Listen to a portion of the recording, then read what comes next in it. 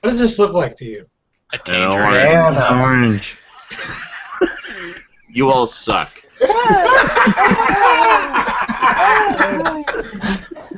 I knew it. I love that I wasn't the only one thinking, I'm going to ruin this. Yeah, that's right, Cass. You know how it is. Our Gonna ruin first everything. attempt at a scripted opening for SNI, and of course, everyone had their own script, apparently. Yes, because that's All right, who was handing out the scripts? God damn it. Welcome, everyone, to another exciting edition of Saturday Night Insanity. Ryan is joining us naked. He wanted us all to let you know that he's naked right now. So just everybody look at Ryan's picture and then picture him naked. There you go. Oh, hey.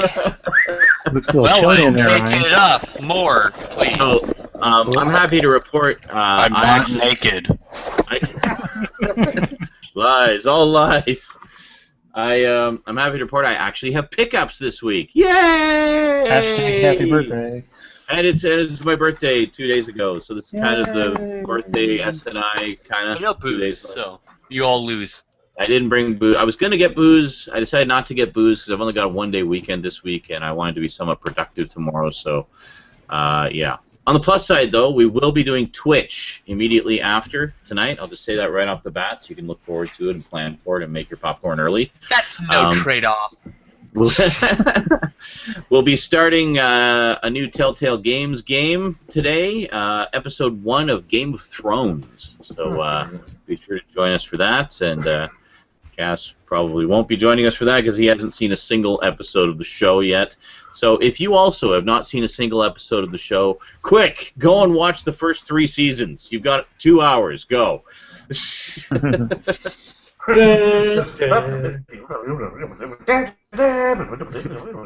Need like a high-speed Game of Thrones recap.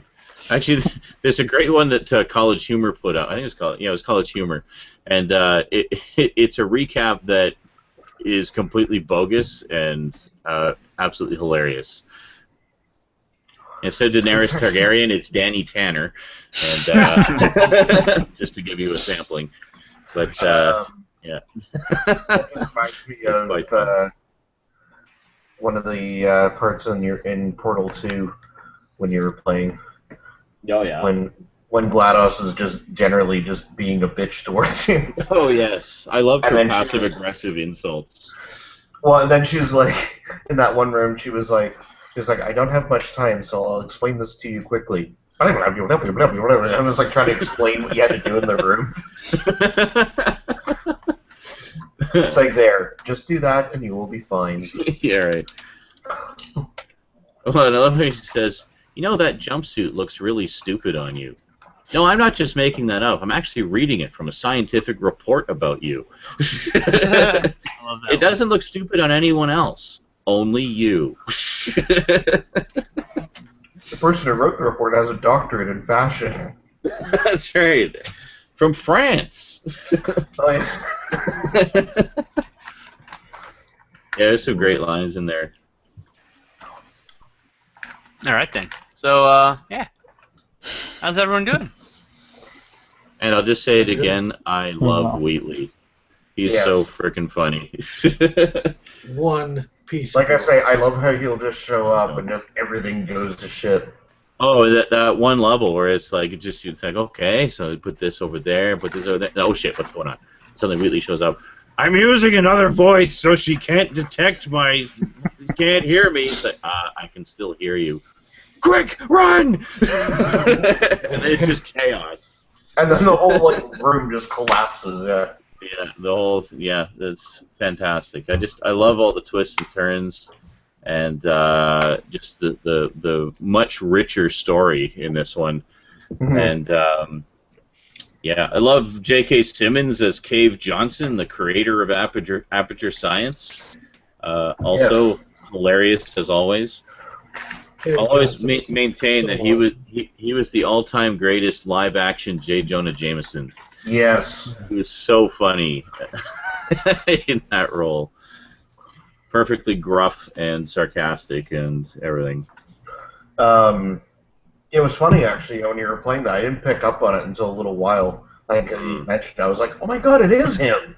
Yeah, yeah. I just kind of knew I knew the voice, but I hadn't put it together. Yeah, as soon as you make that connection, you're picturing J. Jonah Jameson running Aperture Science. Yes. So yeah, definitely enjoying Portal 2. If you're wondering sort of where we left off, we're at the end of just finished Chapter 6. So we're just starting Chapter 7. I think there's 9 total, if I remember correctly. And each one is, multiple parts, obviously. But when those eventually go up on YouTube in April or May, it'll be by chapter, so it won't be split into like a million episodes by level like the first one is. It'll just be by chapter, so expect basically 9 parts or 10 parts if they're really long. And I'm sure you don't care. I totally care, Sean. Awesome. Sweet. Commander Shepard says, picked up almost all of releases of Galaxy Express 999 that are released in the U.S. Yeah, Discotech released a bunch of them on DVD, the movies. We still don't have the TV series, though. The TV series is like over 100 episodes of that. So I've got a nice fan-subbed collection of that. Sort of tied me over. Still got to find the time to watch all of them. That's a lot of episodes, but... yeah, gotta love it. Set in the Captain Harlock universe, for those who don't know. In fact, he appears in the series quite often. So I don't know if he's. I think he's might be in 1 or 2 of the movies. I'm not sure, but gotta love some Captain Harlock. Oh damn! I was gonna get that Blu-ray this week. Well, no money for that now. Oh well. But you paid your bills. Gotta pay my bills. Yeah. Yeah, and buy lots of food. Speaking of which, I'll be dipping in and out because I'm making my traditional birthday steak dinner. I did not make it on my birthday because I wanted to make it on InSaNiTy. So Thanks. Excellent. Also because I didn't have any money on my birthday, and I bought other things. Well, no, I had gift cards, but I bought other things with the gift cards, Including a flashlight. No. I already have 3 of them. What do I need another one for? I mean, Cass, what are you eating? Nothing. Nothing. Liar, I see you chewing.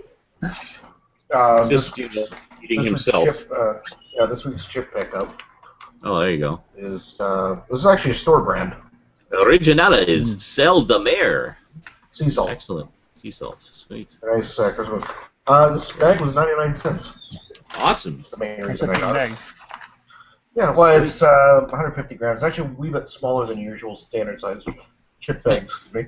That strange guy says, I re-bought Resident Evil 4 again for the 5th time. Like, on disc, or HD remaster, or... It looks like the fan is in my head. It's my crown. I have a halo. There, kinda. Remember once, Sean. Yes, I'm sorry, I'm listening. Oh, sorry. This reminded me of once. One of our aunts always takes pictures at family gatherings and that, and she got a picture of our mom, and just the way it was positioned, the lamp in the living room, the background looked like it was on top of our mom's head. Oh, yeah. This was basically just like this lamp sprouting out of her head. And I just remember seeing that as like a 9 or 10-year-old and just laughing my ass off like for hours over that. Scott has a question for you. Wants to know, where did you get your shelves and what band are they?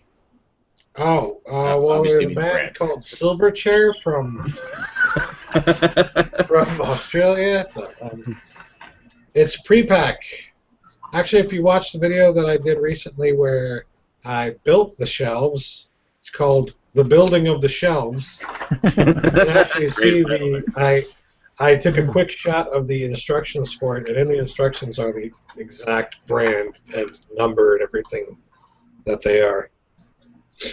But I got where the hell's them Kylo Ren? Excellent. Oh, he's over there somewhere. Commander Shepard, just to add to what we were talking about earlier, says, I would love Discotech to release all the episodes of Galaxy Express 999. Or it's actually Galaxy Express 39. That's how they pronounce it in the show, isn't it? and says the company did release the first 39 episodes of Galaxy Express 39 in the U.S., but the quality of the episodes were bad and they were hard subs. The company in question that released the first 39 episodes was S'more Entertainment. Well, that sounds like a quality label right there. Yummy. They come with free s'mores. Yeah. Oh, okay, that strange guy says you got the HD remastered Resident Evil 4. I actually picked that up recently as well. I got all the HD remastered Resident Evils. Apparently there is a Resident Evil 2 like remaster / remake coming out soon, and I would assume if that does well, they'll do the third one as well. And then we'll basically have HD versions of all the originals. They even put out an HD version of the Resident Evil 0 recently, which previously, for the longest time, was a GameCube exclusive. Yes. Can I be heard now? Yes. Awesome. Oh. By the way, it's said 3. It's called nines, not. It's, No, that's when you have 3 of the same thing in a row. It's that like if it's 3-0, it's O's, etc. etc. X's. I see. So. But that's not how they pronounce it in the show. They call it. They say. Is that the English translation? No, it is very clearly pronounced that way in Japanese. There is no English translation, actually. Okay. Well, I mean, traditionally speaking, when they have 3 letters or numbers or whatever, it's nines or O's or X's or whatever it's called. Well, I know. Well, there's that stormtrooper. I know they call him Nines, and he had actually I think his number was 3999. Was it not? Yeah. Yeah, and they just call him Nines. 99999. 999. 99. Brilliant. Yeah. Love my food. Genius! Yes, I also got Code Veronica X. They have done an HD version of that as well. That's actually the only one that I really played on the PS. No, that's a lie. I also played the Dead Aim. That's the one. Which actually, I guess they haven't done a remastered version of that one, so that one would be kind of outstanding. There's also the first-person shooter one. So, yeah. But those are all kind of side ones anyway. I think even Code Veronica X is technically a side one, but they did it anyway. So, there we go. So, earlier you were talking about like you wanted to play a different game to kind of fill in like those other days, and you were kind of looking for suggestions, and I meant to send the message, but I never sent it. I said you should play God of War. Yeah, that's what I was thinking, actually, because it's suitably large. Of a saga that it could easily fill, because it's basically the Tuesday-Thursday slot that is currently being taken up by Portal. Oh, yeah. You're going to say Bioshock for the fucking scary thing. Yeah. I'll probably say Bioshock for the scary thing, yeah. That's like a Friday Night Friday thing. Maybe after Silent Hill. And then, yeah, so then God of War is basically, I mean, it's 5 games. They're all quite expansive. Bless you!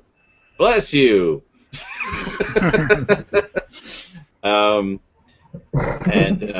So, you know, putting it in the Tuesday-Thursday slot, that would give us, you know, a good chunk of it every week. So that'd be good. There are more than 5 games, aren't there? Yeah, there's 6. There are more. Oh, wait a minute. Yes, you have 2 PSP games plus 4 normal games. Yeah, hold on a second. There's the 2 Yeah, that's right.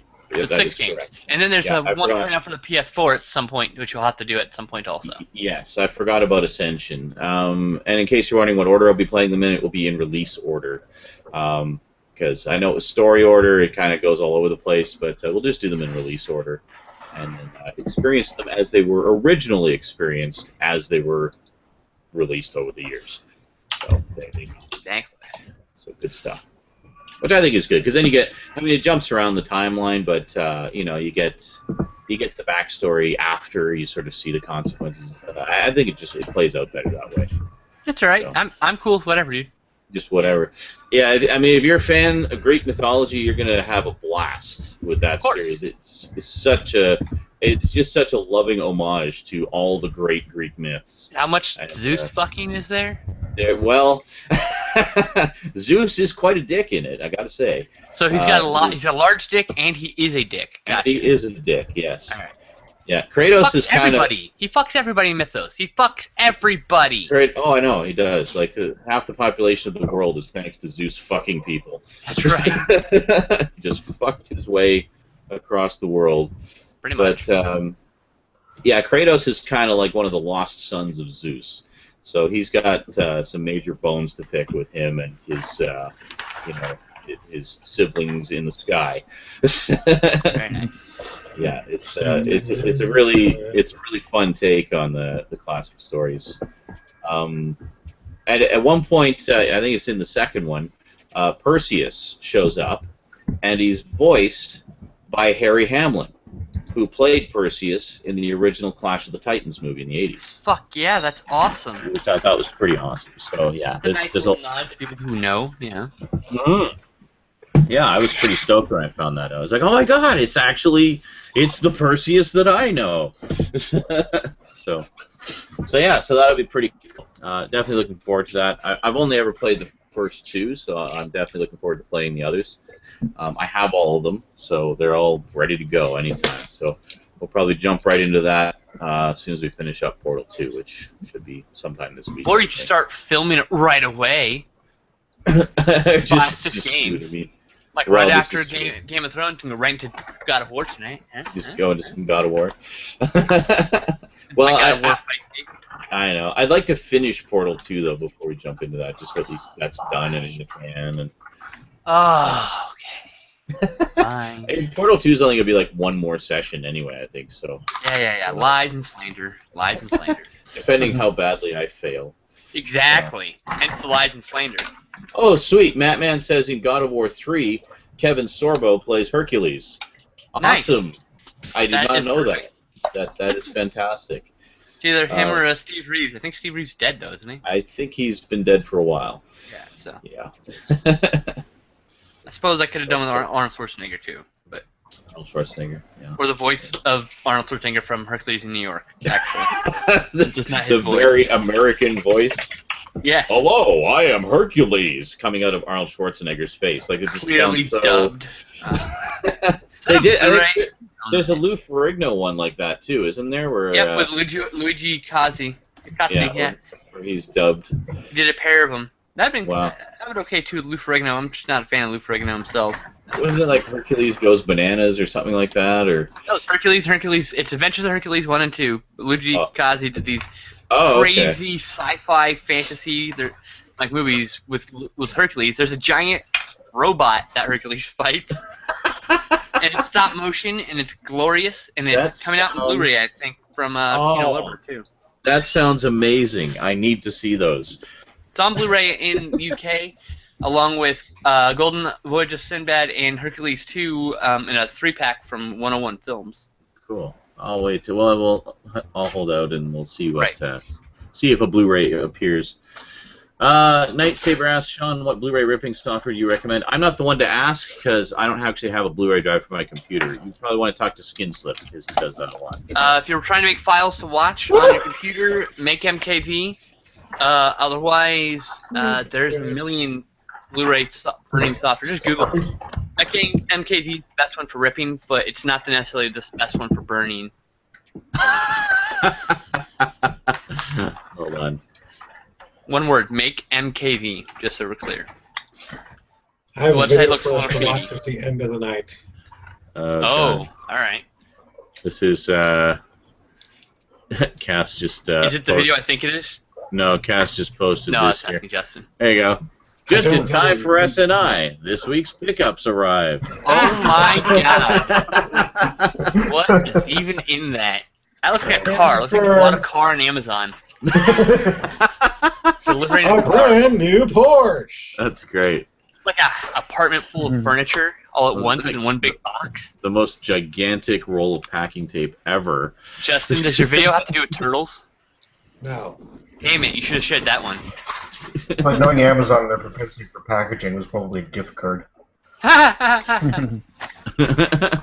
Normally they underpack things, but so that's like a ton of gift cards just shoved in there.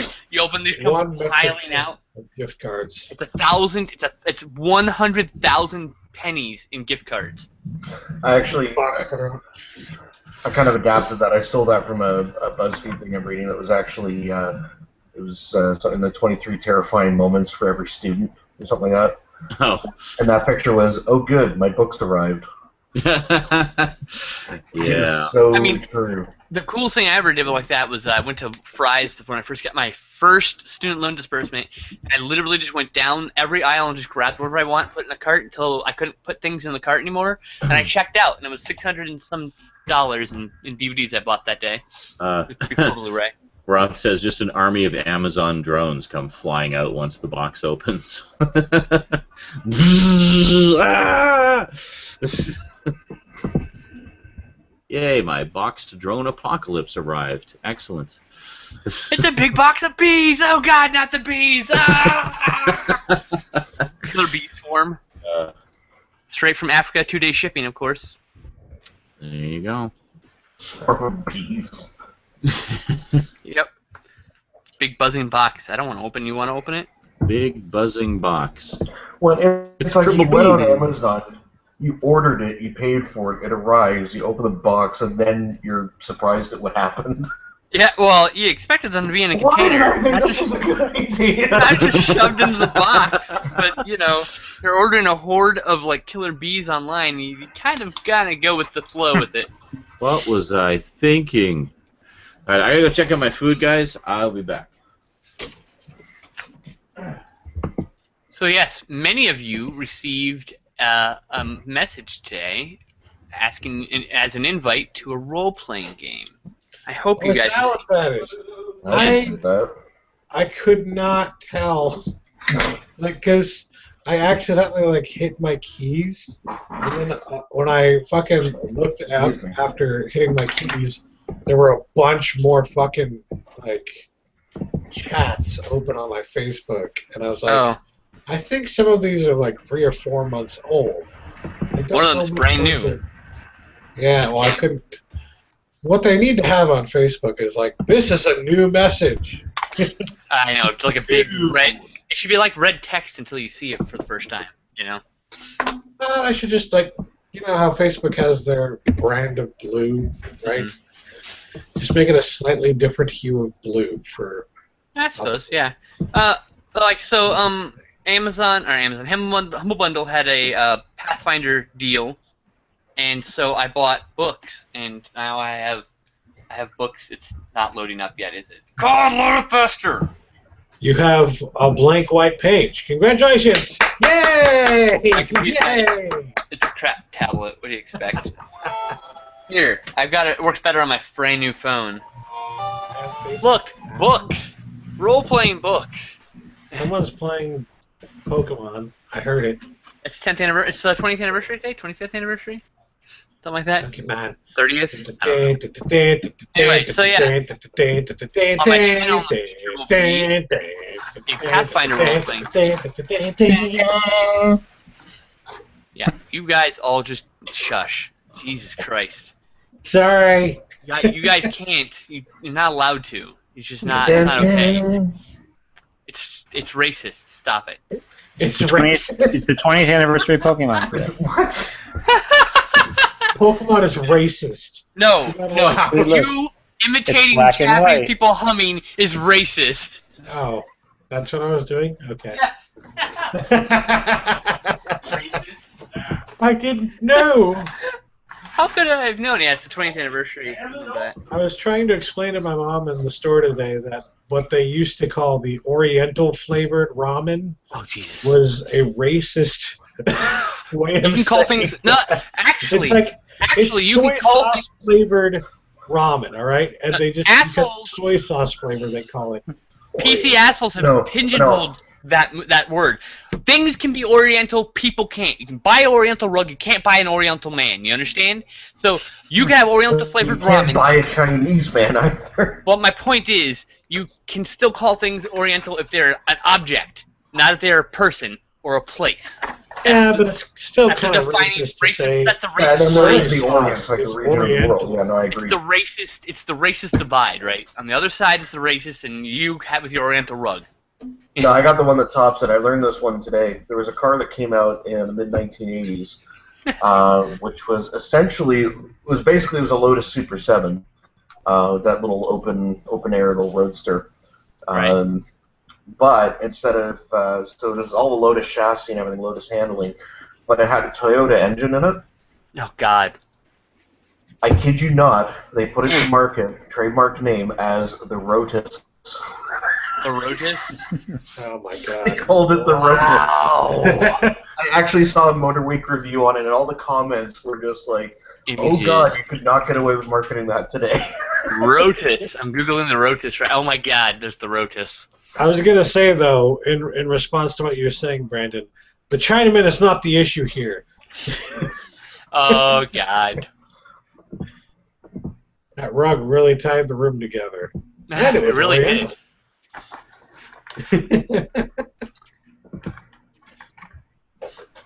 You mean that But yeah. that Chinese American rug? 'Cause Oriental is not the preferred nomenclature. I think I brought this up before, but there was a school out near Buffalo when I lived in New York.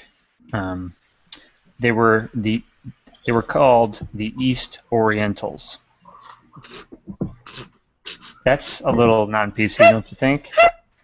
The school was called East, and Yes, their mascot you was the cannot Oriental. call a group of people Orientals. That is in fact racist. Wow.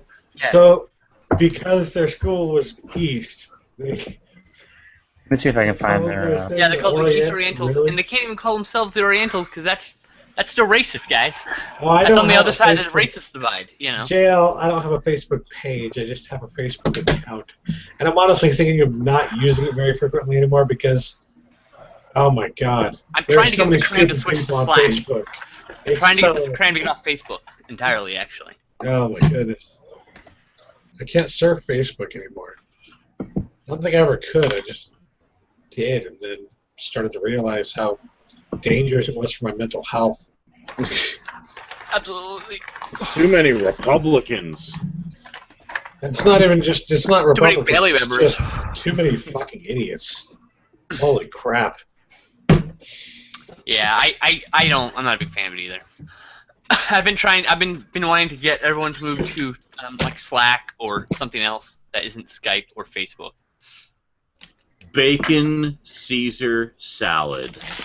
Here we go. Cooking with Zara and Isaac. The This is East how you High Orientals. Caesar salad. Oh my God. First, you open the Holy bag. shit, the East High Orientals. I cannot believe that. That is All your insane. seasonings are right there. But do they have like the really racist, like white-faced, kind of squinty-eyed mascot? What are you talking about? Matt brought up that school nearby where he lives. They have their mascot is called the East High Orientals, and they call it that because they're East High.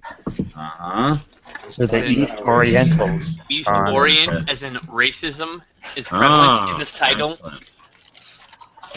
Croutons. And we got bacon bits. Live on SNI, Zarin Isaac tosses his salad. Hell yeah. Alright, so first things first, we gotta put the sauce in. So we gotta mix in the sauce. Now I'm hungry. I just pooped. I'm not hungry. I'm nauseous still from pooping. Oh my Awesome. God. Oh, actually, you don't even need to cut it. It's This orange is really hard to eat because it's too goddamn sweet. Did you mean dressing when you said sauce? sure. Yeah, I gotta make sure you put in that salad sauce. I had salad cleaner. Need the Technically, salad it's sauce. a sauce. Dressings are sauce. Your mom's a There we go. sauce. I use ranch dressing with my chicken nuggets all the time. I use your mom with my chicken nuggets all the time. Oh, sick burn, bro. I give that one a 5 out of 12. Damn! No, it can't be How 5 does out that of 12. even 5 out work? of 7, you bitch. If I was writing a book, it'd be a 5 out of 12. In a series, 5 out of 12. 5 out of 12. Don't watch the Phoenix Project for the love of fucking God. You must always use your official Batman Begins popcorn tub to mix Oh, yeah. your salad. Perfect. I approve. Because Batman loves salad. The literal best part of the Phoenix Project, which we saw on Netflix last night, was the fact that at the very last thing on the credit here you see is the title, The Phoenix Project, Part 5 of 12. What? Well, that's what that worst is. Fucking movie. I was wondering. The worst. So was it trying to be funny? I don't know. I don't think so. I think it's being earnest, which is why we laughed so hard when we read it. 4 other Phoenix projects that you now have to find and see? No, they're not made yet. But I actually think that the director's other films are part of this overarching series. My current theory. Possibly. So he has a running theme of some kind that you don't really care about. Yeah, unfortunately it's a badly made Everyone was gonna love movie. the movie. And so he probably thought, oh, I'm going to be able to do a whole lot more. No. I'm gonna get rich just like Primer, except it's not good like Primer is. Primer is so fucking good. I love that movie. This was trying to be Primer, and it was fucking horrible. Instead of Primer, which was well shot, this was not well shot. It was basically we're watching people talk instead of the reaction. Like, when you watch a conversation, nothing going on, no framing. There was no framing. There's no framing. It was also badly matted, where no one had headroom, and you can clearly see they were shot at 1.77 and then matted to 2.35 to make it more epic seeming, or to hide some glaring issue like Mike's. But yeah, it was bad. It was just really bad. Don't forget to toss your salad. There we go.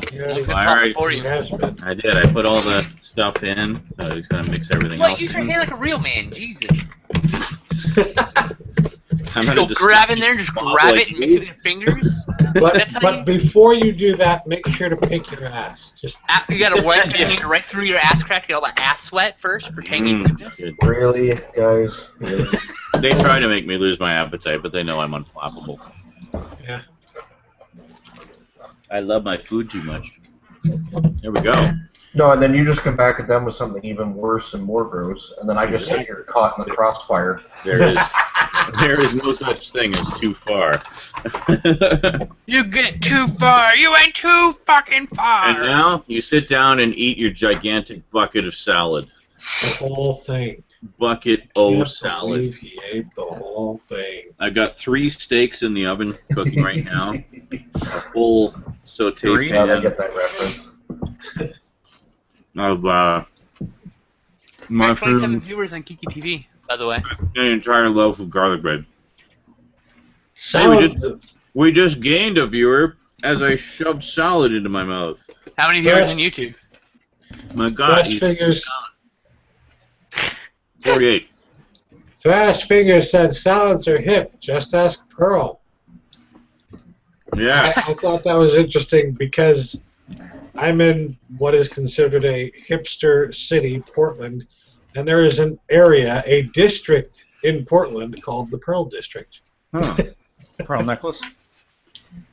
Oh, no. No. What are you eating, Quack? I'm having some pretzels and some mango lime salsa from a local market. I love mango lime salsa. It's pretty I love spicy. It's it. got a nice So kick good. to it. I love mango lime salsa. I was telling my medicine, bro. Orgasm. Oh yeah. I'm taking my medicine. God, it's so good.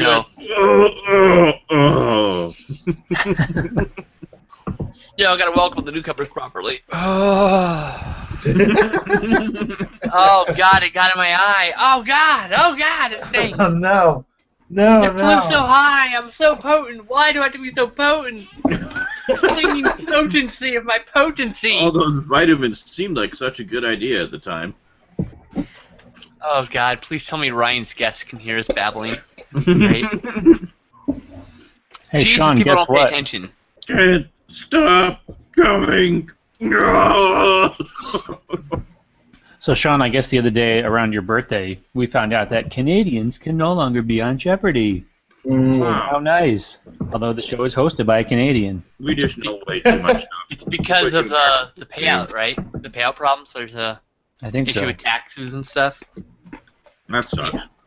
Because the show's not paying Canadian tax money, and the contestants are technically won it, and I guess there's some weird fucking. Well, there's withholding tax, but if you hire a good enough lawyer, you can get it back. Well, yeah. It's probably just the government wants the tax revenue. How about touch to me every time I just shovel more salad into my mouth? Yum, yum, yum. I have no shame. Watch me eat. Hey, where's Garbage Gamer tonight? I don't know. Oh, he's not gonna be here tonight. He's got work early, so he's in bed right now, sleeping. Maybe watching us for all I know, but he's definitely not able to show up. He'll probably watch the repeat. Yeah, maybe. Whatever. If he does, cool. Hi, Garbage Gamer. If you're watching this pre-recorded, If not, then fuck you. Even though you can't hear me say that to you. and hi if you're watching it live. Yeah, and hi. Yeah, absolutely. Thanks for watching us live. Just generally, hi. How's it going? And all that said, I hope you had a good day at work, bro. That's all I'm saying. Make the best of it. Earn those big bucks, man. Those big bucks. Big ones. Tell them you want extra large dollar bills. So you can earn the big bucks. You must be making good money because I just dropped $250 at IKEA the other night. Ha ha ha ha. Real funny.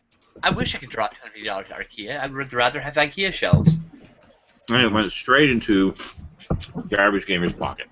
I'll be back. If there's ever anyone in Washington who wants to buy me some IKEA shelves, I'd love to buy 4 or 5 Billy shelves. That's what I have. I got just 2. So Shit, I'll fly to Seattle and buy them with you and drive back with you. I don't give a fuck. I mean, like, Jesus.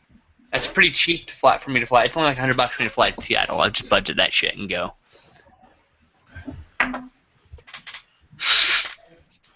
Everything else. Yeah, it's actually, it's funny, Brandon, actually that's on my list once I get working again, is to do another IKEA trip.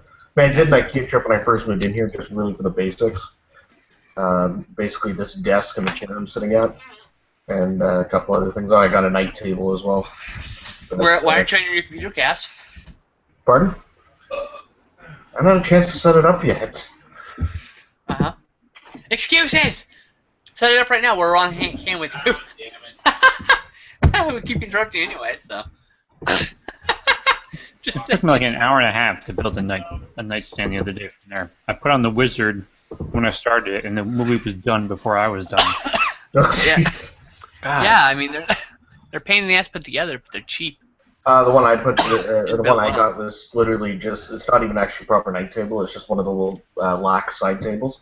Oh God, it's one of those. So yeah, it's literally just four legs that you screw into the base, and then you're done. Don't lean on one of those ever. No, I can imagine. I accidentally did it without thinking, and it went really quickly. Like there wasn't even like a crack. I just suddenly fell, and like I'm glad I didn't break anything. Well, Fuck, yeah, myself, I didn't break anything. When I moved out of my place in Victoria. Like I tossed most of my furniture because most of it was, well, actually a lot of it had gotten soaked with the flooded carpet, and then some of the other stuff that wasn't damaged was just sort of worn out anyways. So throwing everything into the big dumpster, I saw literally just how easily that stuff broke. Oh yeah. Yeah, like, some of them, like beneath the bigger furniture, it's built well. The smaller stuff, not so much. I was sad to get rid of my my desk. Not actually the one that I always sat at when I was on, computer and that, but the one behind me. Actually, infamously, the one that the back of my chair got caught on that time when we started SNI. Oh, that was great. That was when amazing. I couldn't move. Yeah, that desk was wonderful. That was like my sitting at doing homework desk, and I actually bought that one in Edmonton. So I'd had that for like 8 years. Yeah, before I moved. I thought Sean just ran in to do that with no regard of that he might be interrupting a story. Before I moved to Texas, I had a bunch of Billies, and they had moved like 10 times to 10 different places in 10 cities and had no problems. Billy shelves are fucking awesome. They're durable as fuck. I mean, considering how cheap they are. The 2 biggest ones you see behind me are Billy shelves. Yeah. And they're awesome. They've survived so many moves. Good as new. Great. They're heavy as fuck too once they're put together. You can lean on them. You can climb on them practically. I don't recommend it, but you can practically do it. Though they're great. I mean, I've had those shelves for probably 10 plus years now, if not longer. I had my Billies for like 7 or 8. None of the shelves are bowing. 6. It's fantastic.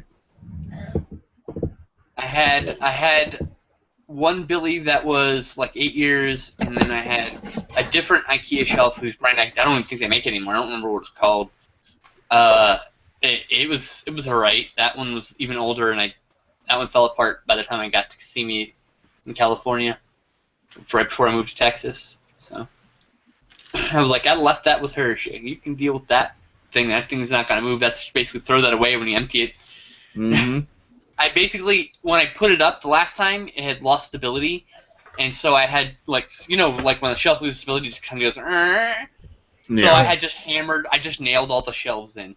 And then bolted it to the wall. I'm like, it's not moving anymore. If I have to move, I'm just going to throw this one away. It's done. Yeah.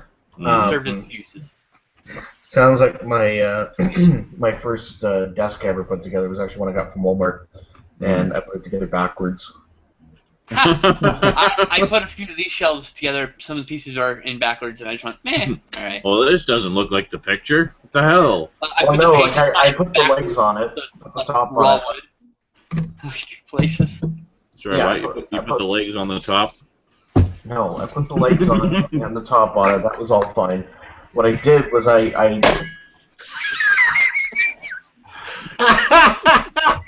bet it's your mom. I think it is too. Yeah, I bet. She usually does call him. You probably watched the package opening. Hello. Cass, was that the time you? I'm sorry, I must have missed it. When you were putting your office chair together? No, that was a different time. Okay. That was. Oh yeah, that was on SNI too. I'm gonna find that episode. That was on. You put your chair together in SNI? I don't remember that. My Chong, that's what it was. My Chong. Oh right, that's right, my Chong. It was like I just assembled my Chong. Oh my God, my Chong. What a weird typo. Actually, I could be able to find that because I remember roughly when I got that chair. It was last year, and I think it was in April roughly, because that was when my chair that I had finally gave out. Actually, there was nothing wrong with the chair. The problem was the padding on one of the two arms that had been chewed up by the dogs upstairs. Yeah. That's why I got it from my upstairs landlord. Hey, Ryan. So Ryan's here finally. slowly the padding was like crumbling and falling away until it got to the point I had no padding, so I just had a metal arm on the one side. Hi, Ryan. I'm clothed. Yay! Yay. Pants on just for us kids. He's clothed from the waist up. I have I returned. do free on, but How was the company, Ryan? Oh, it was good. It was fun. Dinner, beer, ice cream. What more can you ask for?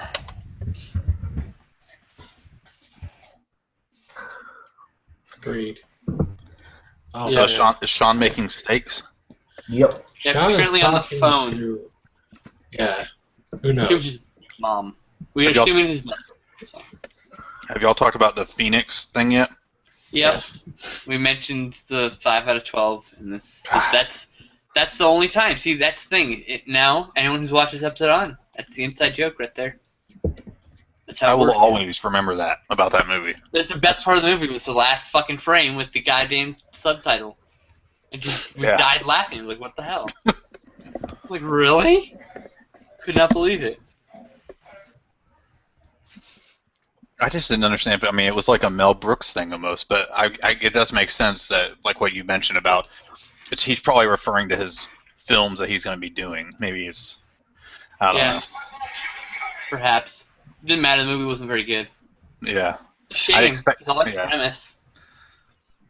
It could have been really good. Yeah, if it were better shot, I would have been at least given it 3 stars. Yeah. But I mean, like, you're not supposed to focus on people talking. You focus on the reactions of the other characters more than the person talking. Yeah, You it's start all about with the the person reaction. talking. You cut to a reaction. You cut back to person talking. It's not hard. It's not fucking rocket science. It's basic editing. It's basic coverage. But they get a deal for Netflix. You do a disservice to your actors when you don't let them act. That's what I'm saying. What is my best pick for tomorrow night? best picture for Yeah, I guess. the Oscars. Mad Max Fury Road. Is that up for best picture? Oh yeah, and best Well, then, director. fuck and yeah, best, I go with that. Like, To be editing fair, I haven't and seen music. all the movies that are being, voted on. I fingers crossed for all 9 categories for Mad Max. I want to see. I I've had them definitely all. want to see Leo win an Academy Award for fuck's sake. He can't. Tom Hardy's gonna win it for best actor. I mean, best. No, I'm kidding. Actually, I think Charlize Theron's nominated. She should be. But I want to see him win just so that he can win and we can all shut up about how he hasn't won and he can get up there. And honestly, I want to see him make his one win, probably the only time he's ever going to win anything from the Oscars at least. Make it memorable by like shitting all over the Oscars. Just take a big steaming dump all over the Oscars when he gets up on stage. Just fucking Big old duke. slam them hard. Call them racists. Call them sexists. Call them bigots. Just slam the entire film industry as a whole on stage. Just that's what I want to see. It'll never happen, but Now, I want to see it. Thrash Fingers said Inside Out won Best Pick. Oh wait, that's right. The Academy is racist against animated work. Now, racist isn't the right term, but yes, the Academy has never let an animated film win Best Picture, even though Up totally should have won. I'm just saying, like, for fuck's sakes, it's not just Best Animated Film. It does stop pigeonholing it. It's a movie. It doesn't matter what medium it's made with. I don't. Okay. Let me put it this way: when it comes to Pixar, this is going to sound weird, right? But I don't like Hello Dolly. But thanks to Wall-E, I can't stop myself from humming every now and then when I'm in a good mood.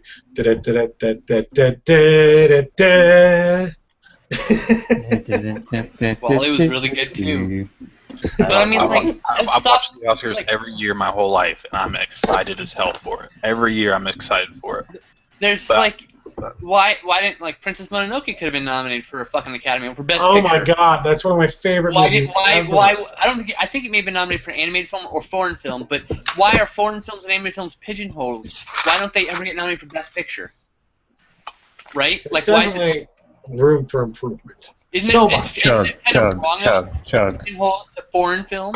How about abolish foreign film and start mixing them up? Hey, guess what? If that Spanish actor fucking nailed it, give him the Best Actor award, alright? For fuck's sakes, who gives a shit if he's a foreign actor or not? I'm just saying, let's be fucking honest and fair. It's not just that, though. They also keep independent films out of there. They do. They have their own kind of, Because that's it's theatrically within the exhibited studio first. system, but it's independent because it's Well, the Fox, Academy Awards there's for not, theatrically exhibited films, period. Independent or otherwise. The problem is not a lot of independent films can get theatrical releases now. Yeah. It was easier in the 80s when, but now it's not so easy. So, yeah, I agree. I understand. I'm just saying, like, it's fucked up. The rules, everything about the nomination process, everything needs to be rewritten on that. It's archaic. And it's been fucking bolted on. A complete rewrite of the rules.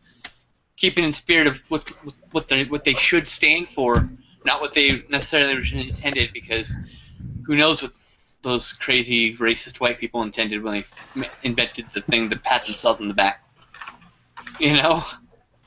Bring that's the only way we can bring legitimacy back to the Oscars, because most people just think it's who gives a shit. It's a bunch of backpatting. Because you pigeonhole animated films and foreign actors and all this other shit to the side, like it's not the same thing. Like they're not all That's equal. why I like the Golden Globes a lot better, because you see less of that bullshit. Exactly. You guys are really being a downer. I'm really excited for tomorrow, and you guys are really. I'm just saying. You guys are causing me to really question my life. No, Taking the wind out of his sails. I'm not trying to shit on you or you have. No, fun. I'm That's just awesome. joking. Like, I understand everybody's opinion on it. I think it's cool. I have nothing wrong with the Academy Awards. I'm just saying, there's a common thread thought perspective of it's a bunch of backpatting. All right, regardless if you think that or not, I'm just saying. Like, that's... The Oscars should shot. have a best voice actor God. category. That would be interesting. The problem with Yeah. adding all these categories, which they should do, but the problem with it is that would make the show so fucking long. No, they already leave out awards now, so just, keep adding them. And who gives a shit? They're so long. How about this? Stop having so many long goddamn speeches. How about that? They are changing that this year. I hear. Yeah, tell that to Kanye when he hijacks the mic. Yeah, fuck Kanye, man. I'll let you finish. I'll let you finish, I'll let but you finish, I just Leo. gotta say, will anybody give me a job? I'm broke. Yep. And Exactly $52 right. million from Mark Okay. Zuckerberg. Think about how awesome this would be if Leo wins the Oscar and then Kanye goes up on stage, which I don't even know why Kanye would be there in the first place. Get Right. attention. He goes up on stage, and then Leo just happens to have a little glass in his hand when he's up there, and he pulls what he did in The Departed with that little classic cranberry juice, and he just slams it on Kanye's head. When he goes up there. That would be, oh my gosh. I cannot And stand then it. Legend Kanye Randy spoke Orton. vegetative Randy state, Orton please. out of nowhere. RKO. Randy Orton, who's on the injured list, WWE makes a surprise return by RKOing Kanye on the steps of the Academy Awards before Kanye can interrupt.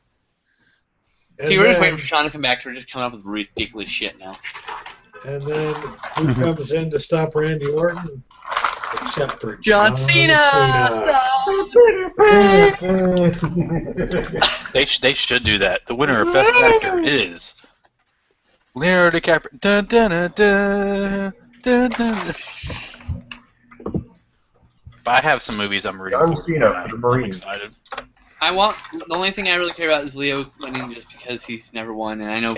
And The problem is now, if he wins, people are just gonna say it's because he's keeps losing, and like, well, it's always gonna be tainted. He's never gonna have an untainted Oscar win until he gets a second Oscar. So let's just give it to him now. He deserves it, I He hear. probably earned it Mhm. for But here's the several thing. other I'm just films. picturing Twitter like exploding if he actually does win. But here's the thing: is that like there's been like actors in the past that get Oscars, and you're like, eh. Like Al Pacino is one of my favorite actors, but Scent of a Woman is not to me. It's a and fucking you awful know, movie. I mean, I'll I never love own the it. movie. It's just not an Academy Award winning No, like performance to me. it's bad. It's not. I love Al the movie, Pacino- but That's I Al like Pacino overacting because that's him. Scarface, That's the definitely. tipping point. Scent of a Woman's a tipping point when he lost all control of his ability to act. But At the I, same time, De I Niro personally lost. feel if Leonardo DiCaprio wins this time, because this movie, I think he deserves it. Now, I will go as far to say that me personally, I think it's awesome that Sylvester Stallone's nominated, but I don't think he should get the award if they're giving it to him for like a 40-year career. What I'm saying is, why didn't Beasts of No Nations get nominated for an Academy Award of any sort? Why didn't Best Actor to either Idris Elba or that little kid whose name I can't fucking remember? Because they're racist. Exactly. That's some bullshit. Not even a Best Picture now? Are you fucking kidding me? That movie was amazing. There is a Well, reason someone why. said- I just don't know what. I forgot what. I'm not going to say what it was because I have to. But there is a reason why that movie didn't get nominated. It had to do with. Netflix. It's not yeah. a studio system film. Yeah. Exactly, but That's it what I'm hit saying. But it's all not the same actually all about rules that. that it But had. they all will the same rules. But it will adapt over time. It will have to adapt over time. People are going to start getting sick of it. The Academy Fucking voters stupid. will start getting sick. And the Academy voters are not a bunch of just old white people at this point. I mean, No, they're becoming something else. Yeah, They're so- us. it'll eventually change, just like anything. Not us but- personally, but like people like us, our age, smart, intellectual film watchers. But I'm more excited for. Well, of course, I would love Leo to win Best Actor, but I'm excited for Best Supporting Actor because I really want to. I'm kind of at a tie with some of them. I just think overall, hopefully, it'll be a better show than it's been. Ryan, do you usually each year try to get out to see most of the movies that have been Oh. nominated? Yeah, I know I it's good. There we go. for the most part, I end up seeing most of them before they're even nominated because they're movies I will look forward to anyways. Like the only one I hadn't seen up until recently was Room. Other than that, I've seen all the other ones. and I was really happy with this year because a lot of movies that I really loved that I didn't think would get nominated. I mean, even like Mad Max Fury Road, that getting a Best Picture nomination and a crapload of nominations says a lot. And whether I personally think it's the Best Picture of the year or not, like that's irrelevant. It's definitely one of the best. Now, did The Force Awakens timing of being released limit it from getting hardly any nominations besides sound or editing? No, I just think that's like what people have talked about in the past. They don't really, for some reason, sci-fi and really sci-fi and fantasy really never get recognized. Take animation or foreign films properly, like I was saying, like all those things, or horror. For fuck's sake. If a movie ever gets nominated, it's a thriller. They had to give horror their own awards shows just to get some recognition for them. Yeah. Yeah. The Horror Hall of Fame, hosted by Robert Englund. There you go. Yeah. Well, there's a strong prediction. That is actually kind of a strong prediction. Star Wars will win Best Visual Effects. I don't know. Mad Max Fury Road was pretty fucking awesome. God. Both of those were so good visual effects wise. Yeah, for sure. That's hard. The lengths they went to for Mad Max were much more impressive than what the lengths they went to for Star Wars. But they went back and reshot for months on Mad Max to enhance it. I mean, Jesus. Those folks worked hard. Mm-hmm. Well, and it is a gorgeous-looking movie. There's no question about that. Yeah. I just remember the effects. There's no Hobbit movies nominated, right? That was last year. That was the Hobbits are done, right? They can't be nominated. They're done. There's no nomination. That was last year, right? I believe they are done. Yeah. Okay. Yeah. Sorry. I know Lord of the Rings got it for Return of the King. But it really kind of deserved it for Fellowship, honestly. But that was the honorary Fellowship nomination. So. Well, it was pretty impressive, especially at the time, what they were doing with digital compositing and such, to really get the scale of Middle Earth and everything. That series is so beautiful. No, it really is. It's fantastic. And I think Hobbit is decent, but I don't think it's nearly as good as Lord of the Rings. It's just it's like it's not as bad as say the prequel trilogy of Star Wars compared to the regular Star Wars. It's just certainly better than that. No, I think it's fine, but tonally they're very different anyway. Now, even the original books. But the scale of The Hobbit is nowhere near on the same level as Lord of the Rings. But I mean, it feels more padded. It feels more padded in the extendeds. Mm-hmm. It's literally everything, and then some new shit we added too. Mm-hmm. Which I don't have a problem with new stuff at all, by the way. No, neither do I. I mean, it's a Sausage Fest before they did that, so I'm cool with that. More from that world. I'm good. I'm happy. Yeah, and it doesn't fuck with the main story, so let it go, right? Mm-hmm. What are you eating, Sean? Well, you didn't see me make it. I'm having my Caesar salad. And your Batman Begins. Jeez, it's almost done. I've almost eaten all of it, and the steak is almost ready. So this will give me the necessary roughage to pass the steak later. You must not cook your. You must not eat your steak like I eat my steak. How do you eat your steak? How you mean? With a fork and knife? On a plate, usually. Slathered in Kraft barbecue sauce. Why, Ryan? How do you eat your steak? Did somebody say steak? You mean how do I cook it, or? Yeah. How do you? I usually do you get it rare, medium rare, medium? Well done. Usually Sean medium style. Sean style. Usually medium rare. I like it a little bit pink in the middle. As for seasoning, pretty straightforward. I use I have a pepper mill, so I use fresh ground pepper, and then garlic powder. I cook it on one side, and then I slather it usually in bullseye barbecue sauce. Mm-hmm. I've been using the steakhouse flavor lately, and it's quite good. Very nice sweet taste to it. Awesome. Really complements the meat. Mm-hmm. So then I slather that on one side, flip it, season the other side, put the barbecue sauce on. So you only flip it. I only flip it once. Yeah. To keep as much of the juices in as possible. And where how I cook it is on a grill over top of like in a pan that has water in the bottom of it, so the steam also helps to keep the moisture. Oh, okay. And such. So then I cook it at about 425, so it still gets that little bit of that sear on it, but not too much. And that's pretty much it. And then Awesome. I just cook it up like Sounds that. It is really good. It's I mean, it almost tastes like if you made it on a barbecue, almost. I usually eat mine rare, but then, like I say, whenever I'm at restaurants, I'm like, okay, so rare, take it off a little bit sooner than that, just a little bit. You like some blood on your meat, eh? Yeah. Yeah. That's what she One said. trick I've actually learned that I do with mine now, whenever I just pan fry it, is I do the same thing. I don't flip it too many times. I usually just flip it once. The more times you flip it, the less tender it'll be. Yeah, exactly. The less juicy it'll be. Exactly. So I just need to cook both sides of it basically, then do that.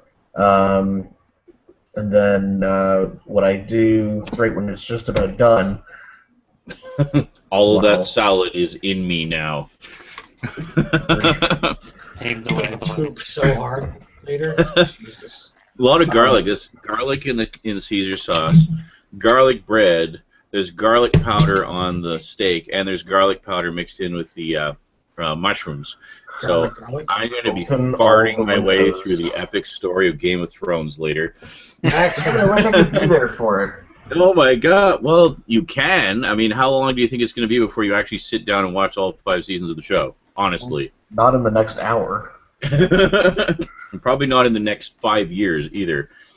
So, it's up to you. Do you use it? By the time you do watch it, you will have forgotten all of the things that were spoiled for you in the game. Sorry, what were you going to say? I was just going to ask you guys do you guys use butter when you cook your steak? No. I often use butter when I cook the mushrooms to go with the steak, though. I use either butter or olive oil. Today I used olive oil. I started using butter. What I was trying to say, cook the steak on each side, but when it's just about done, what I actually do is I stand it up on its side and literally cook the fat on the one side. Oh, I see. Okay. Not for very long, just for about 30 seconds ago. That's actually a trick I learned from Gordon Ramsay. Interesting. He has a video on how to cook the perfect steak, and that's what he says to do. Well, you can't argue with Gordon Ramsay. If you do, he'll tell you to fuck off.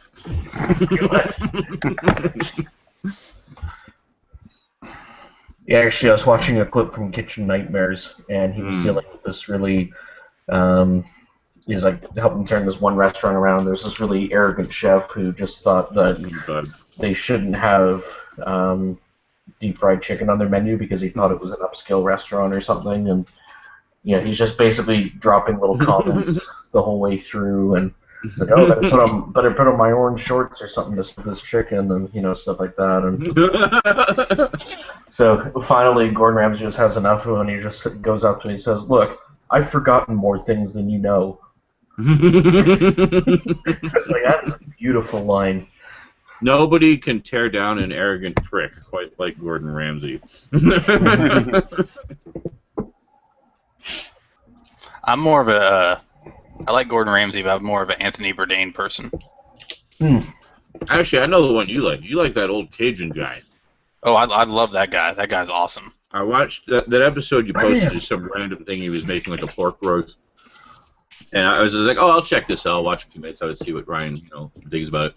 And I ended up watching the whole episode. It's like, wow, this guy is awesome. Yeah, and he always, to this day, I mean, watching it when I was a kid, to this day, like, how at the end of every episode, he always, like, puts hot sauce on everything. Like, he's just, like, obsessed with hot sauce. And so even to this day, when I'm at my house, when I'm at my mother-in-law's house, if I'm eating somewhere, they know to have a bottle of hot sauce on the table. There you go. And my mom's like, it's from watching PBS growing up. I was like, yeah, Mom. I'm aware of the origins The of this. joy of cooking. I'm just reminded of. When you're talking about Cajun Chef, it reminded me of Emerald. Actually, the guy always said Bam. bam. Yeah. Bam! And Yeah. that just reminded me of how hard you laughed at that gag in Family Guy. Oh. Peter's describing to Cleveland. He's like, he walked in and saw somebody doing his wife. Yeah, he was all like, bam, bam, bam, bam. Then it cuts to Bam Bam, and then it cuts to Emerald. Bam! Well, there's a recurring character on Futurama that's inspired by him. He always talks about grabbing your spice weasel. Bam! Yeah. Great, actually. Yeah. All right. Speaking of grabbing my spice weasel, I gotta go check on my food. I'll be right back. Oh, I thought you were going to say something else. No, we should probably do pickups or something. I don't know. Man. I should probably wait on pickups because I think Brandon is away shitting. I don't have anything this week, anyways. Everything that was supposed to be here this week just did not come yet. Not with the big sale. Did not come yet. Anyways, Oh, did anybody get their Milk Creek stuff yet? No, not yet. Yeah. Justin, you placed an order? No, I'm still waiting on them to send me the review copy things. Oh. Anyway, this Oh, wait. picture I shared was finally paid off I my do that. student loans minifigure. That's perfect. For those of you who are not aware, Milk Creek had an awesome sale this past week. What was the sale? It was It was their final sale for selling directly to consumers. From now on, they're going to, I guess, go through other retailers. Walmart. instead It's of Walmart. so they're just going to go straight through other websites instead of having the store on their website. Yeah, I think so. Those sons of bitches. Well, But I it can was understand. They can't really beat the prices on Amazon and Walmart. Walmart Right. and Amazon already priced their shit down so fucking much that it's like they can't compete through their direct service. You know, it's just impossible. I was You showing can one go of to my fucking Walmart and get like a $2 fucking Blu-ray from Mill Creek. Why would you go on Mill Creek Direct and pay $5 for the same damn thing? Like, you know. That's how I feel. Oh, that's how I feel about Criterion's website. To be honest with you. Hey, there are some things on there that are lower priced. Sorry, Quack, I didn't mean to No, it's no talk over problem. you again. I was showing one of my buddies the sale at work, and he got so excited he just like opened his wallet and gave me $7 so I would order the the Street Sharks collection Money. for like $6. Nice. But he's excited. I used to order off of Criterion's website all the time, but lately Amazon's been really good at doing the best price and the best shipping. But I get all my like Criterion T-shirt, coffee mugs, all that stuff that I usually get from time to time. I get that on Criterion's website. But I mean, for instance, they just had that sale, that 50% off sale, and shipping on their website is so expensive that I would much rather just go ahead and just get it on Amazon. They've always been outrageous with shipping.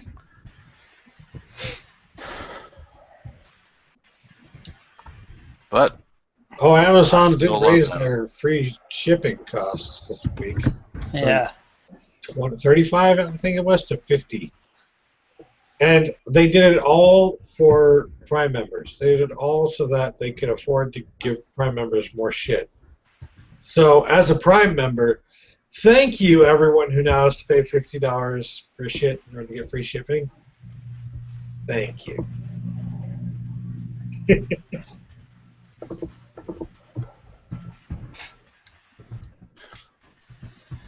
Sons of bitches.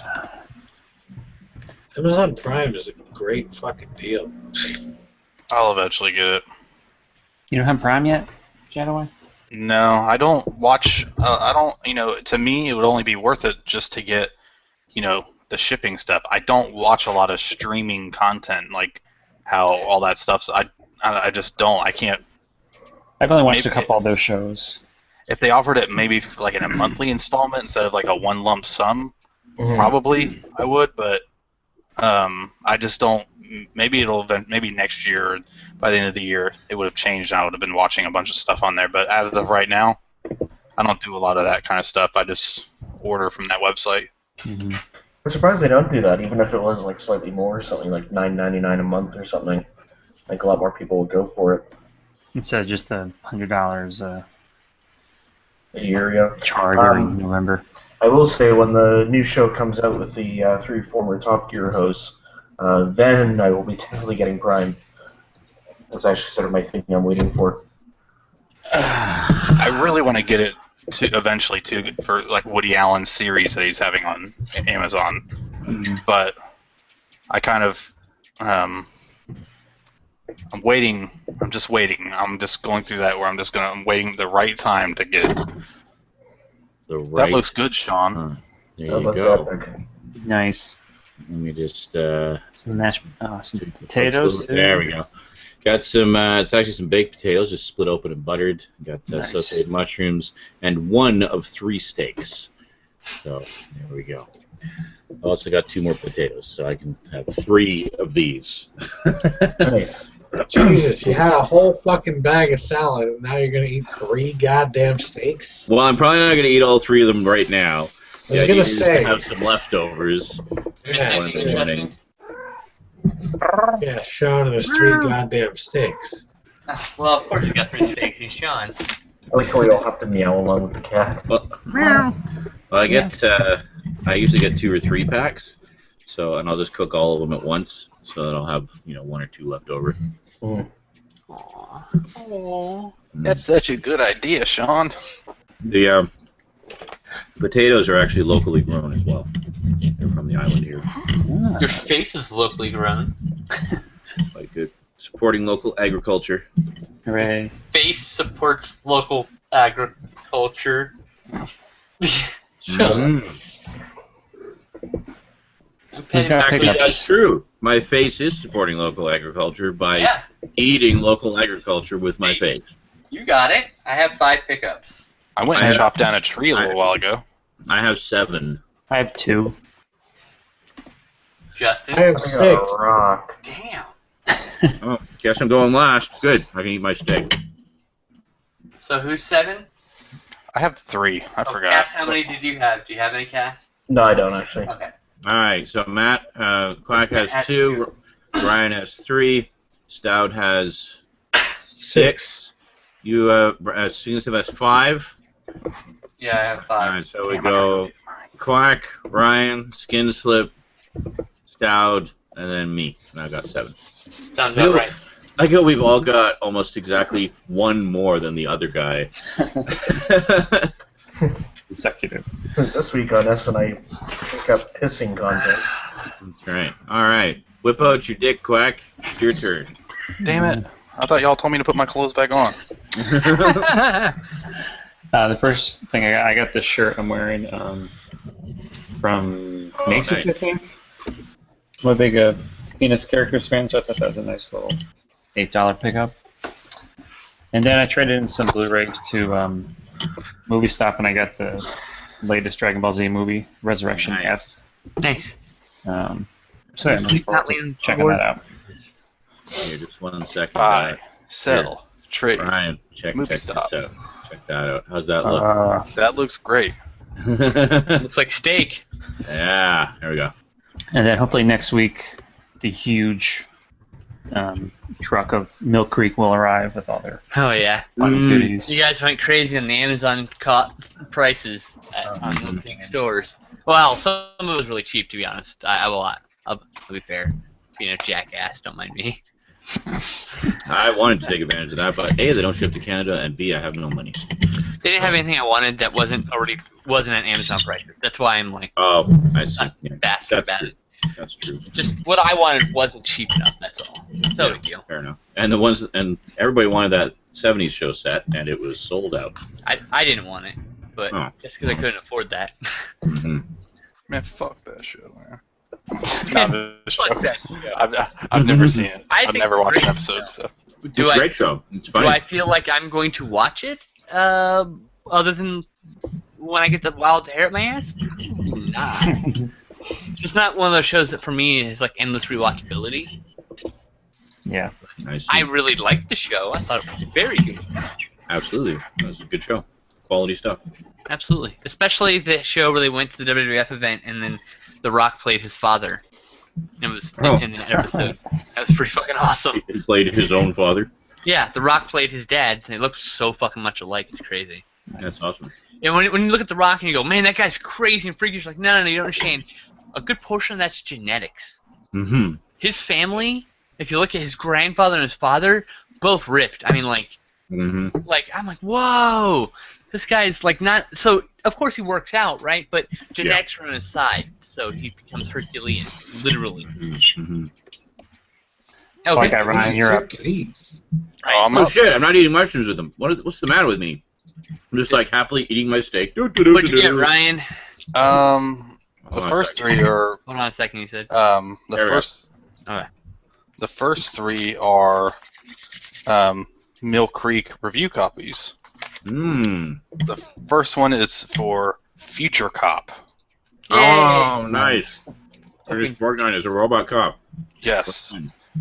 And this is actually something I remember watching on an old VHS. I guess my parents had recorded episodes of this because it was like a new thing and it was only on for a few episodes. But I remember watching a couple episodes that were on this tape that had like episodes like Johnny Carson recorded on it and stuff.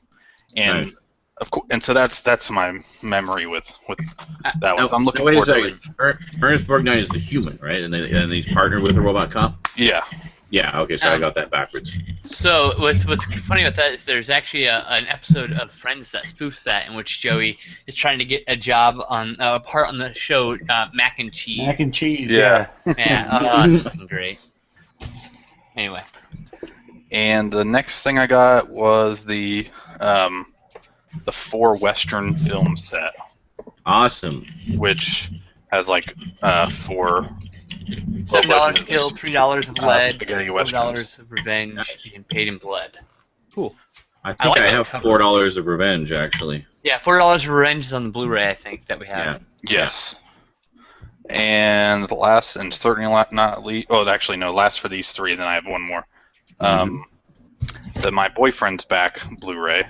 Oh yeah. Which is something I used to watch on VHS all the time. VHS all the time. My sister had this, and I used to watch it all the time, and it's gonna bring back some nostalgic memories. So yay, nostalgia! My Boyfriend's Back.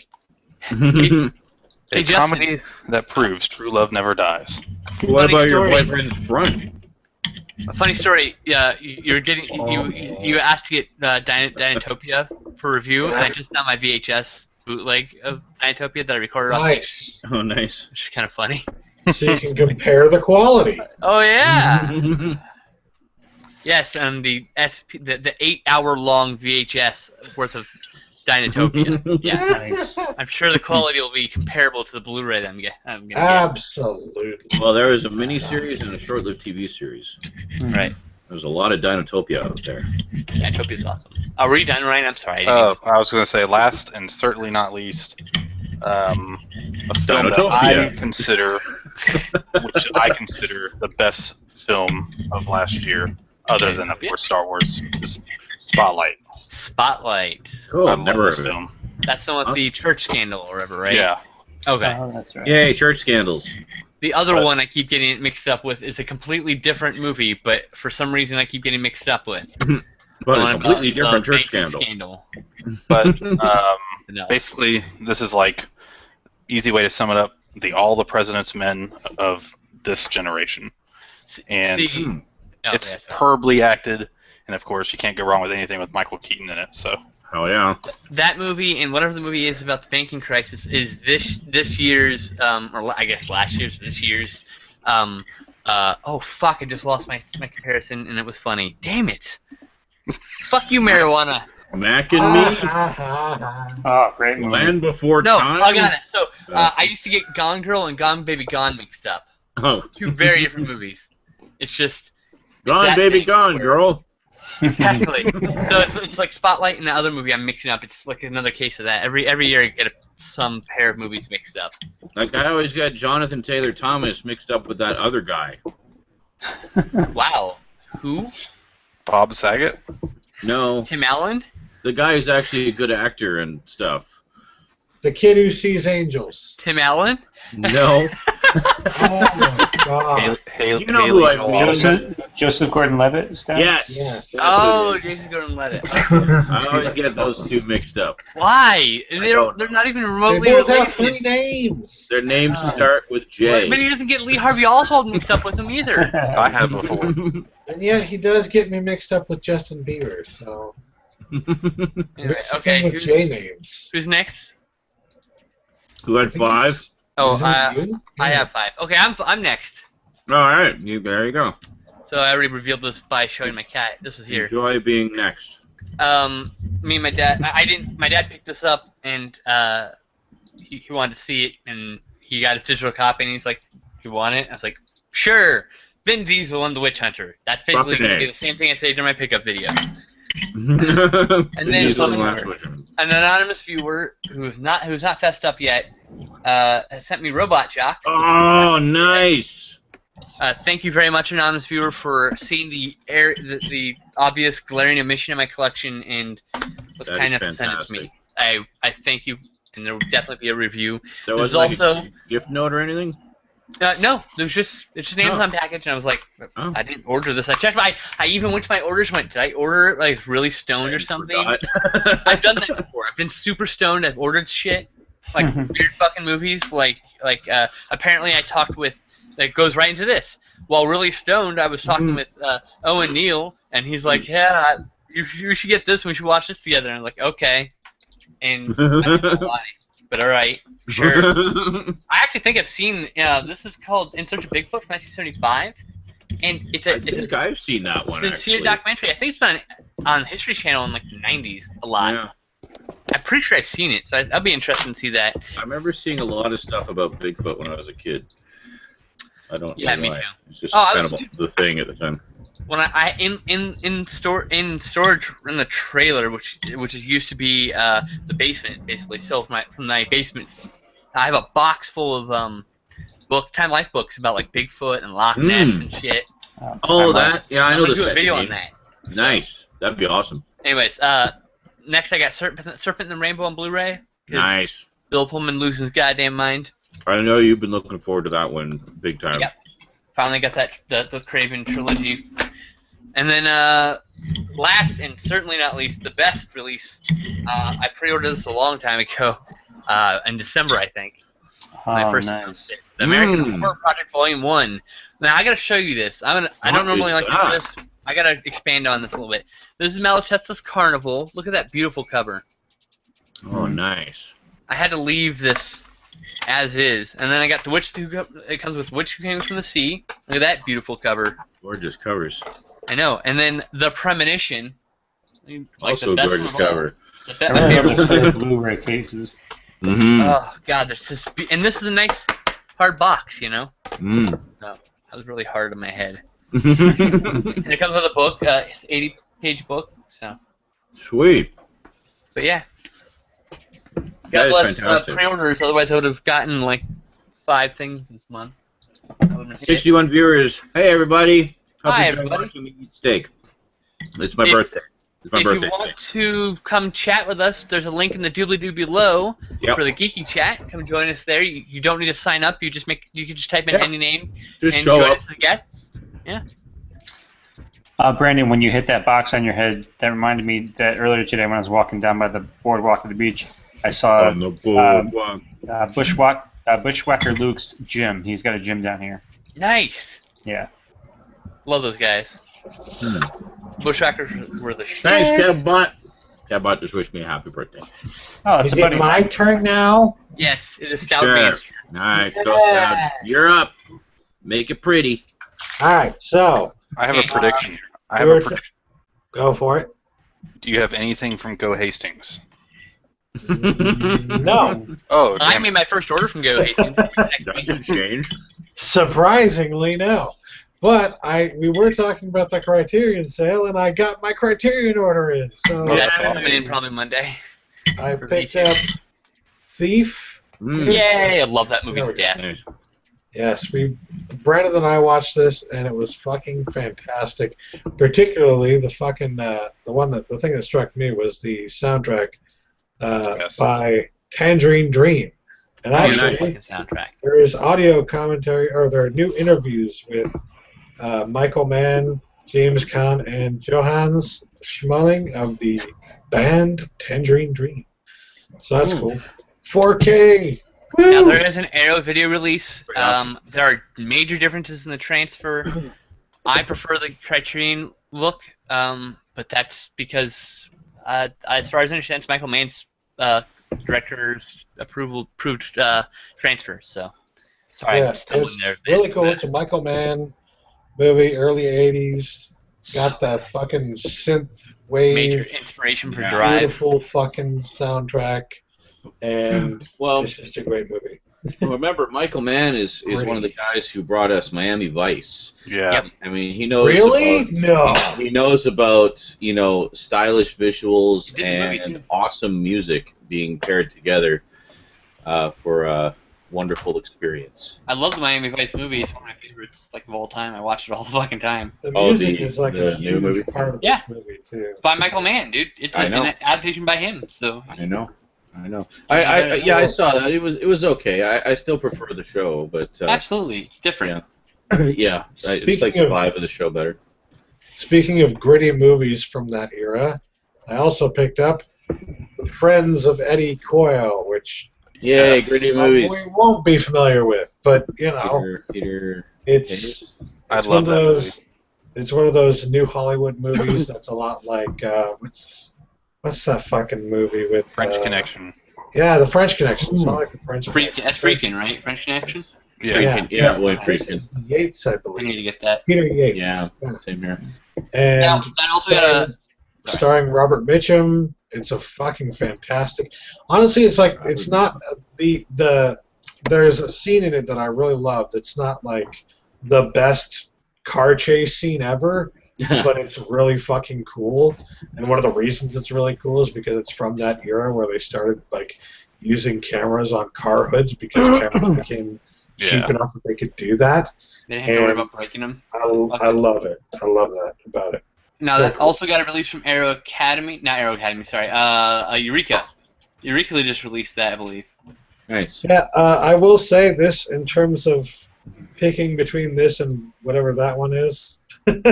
This only has a 2K transfer. I don't know if the other one has a better transfer. Like Mm. They're typically the same. nowadays I'm pretty sure they work together on that. Well, typically nowadays with Criterion they go 4K. So the fact that Yeah. they went 2K, it's like, well, what are you gonna do? a lot of And actually, other than this, you've got, I Yeah. guess, another transfer I didn't even know about, and then the Yeah. DVD. a So lot of the earlier Criterion Blu-rays are 2K transfers, basically because 2K is more than sufficient for but 1080p. this isn't early. This Right. just came out. Oh, well, Right, never no. mind. For a lot of the smaller films, like this, like they're not going to sell well, they'll do 2K because it's perfectly Yeah. acceptable. As far as I understand, Eureka is licensing that transfer, so I'm pretty But- sure it's the same transfer. So. Let me say, like, I was kind of disappointed by the sparseness of this, the features. They got an audio commentary from the director. They got a stills gallery and this booklet, right? And that's it, which is kind of sparse for a Criterion. Yeah. Except when I looked at the actual like thickness of this booklet, this is like That's a for the money. 50-page booklet. Like, That is holy crap! substantial. And It that's, is by the hefty way, as fuck. as far as I understand, those are only the first pressings of Criterions now. I think after the first pressing, they go to PDFs only. Someone correct me if I'm wrong. I heard that somewhere. I have no idea. I haven't heard anything. I don't know. That's good. Worth knowing, though, if we're going to be losing the books. Unless someone corrects me, I could be wrong. I personally haven't heard anything about that yet. No, I haven't heard anything. And then Frank Capra's "It Happened One Night." Oh, yes. Great movie. I had that recorded on my I really DVR. need to see more Capra. It's a do. Wonderful Life is one of my all-time favorite just movies. Never mind Christmas movie. I just think it's a great movie. Oh, you're gonna love this as well, then. Yeah, I I'm sure recorded that will. off It's a TCM. 4K transfer. Nice. I was actually shocked by the special edition features in here. Why did I say special edition? But yeah, the features here, because they've got like Frank Capra's American Dream, a 1997 feature-length documentary about the director's life, and new digital transfer of Capra's first film, the 1921 silent short Fulda's Fisher Boarding House. Like, there are 2 full movies on here in addition to It Happened One Night. Yep. Wow. Jesus. That's pretty, that's a lot of That's pretty sweet. features. So anyways, next up I got a bunch of stuff with Amazon gift cards. Yeah, Amazon gift cards. Big thing was Assault on Precinct 13. Sweet. Oh, With nice. the slipcover, no With less. the slipcover. Shockingly. Awesome. Yes, nice Scream Factory, and this is what the Original cover, yeah. original cover looks like. I really like that original cover too. Yeah. I like this one. They're both nice, right? They're both Yeah. from essentially the same image and whatnot, or at least the same text, right? But Same I style. like the newer one a little bit better. That's why I like having the slipcover for those. Yeah. Yep. You can have both. Brandon wouldn't shut up about it, and I really was interested in seeing it, so. So, Stuff for sale. Now that's the Okay. sci-fi one that I had no idea was a sci-fi one, right? Yeah, same Yeah. here. I had no idea it was a I need- sci-fi. You guys, I- oh my god, I love that movie to death. I also I have the need cons to- cut of that too, which is I 40 need to minutes see- longer. I need to see that.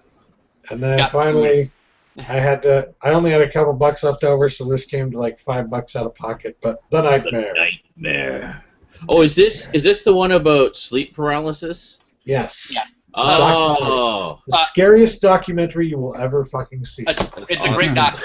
I'd like Yeah. to say that someone, Spoob, corrected me. So it's only for full-length books, not booklets. So Oh, for okay. things like Picnic at Hanging Rock, Shortcuts, Vampire, Red River, those will get PDFs only, Yeah. and you won't get the booklets anymore. I remember The Man Who Fell to Earth had the original novel included. Right.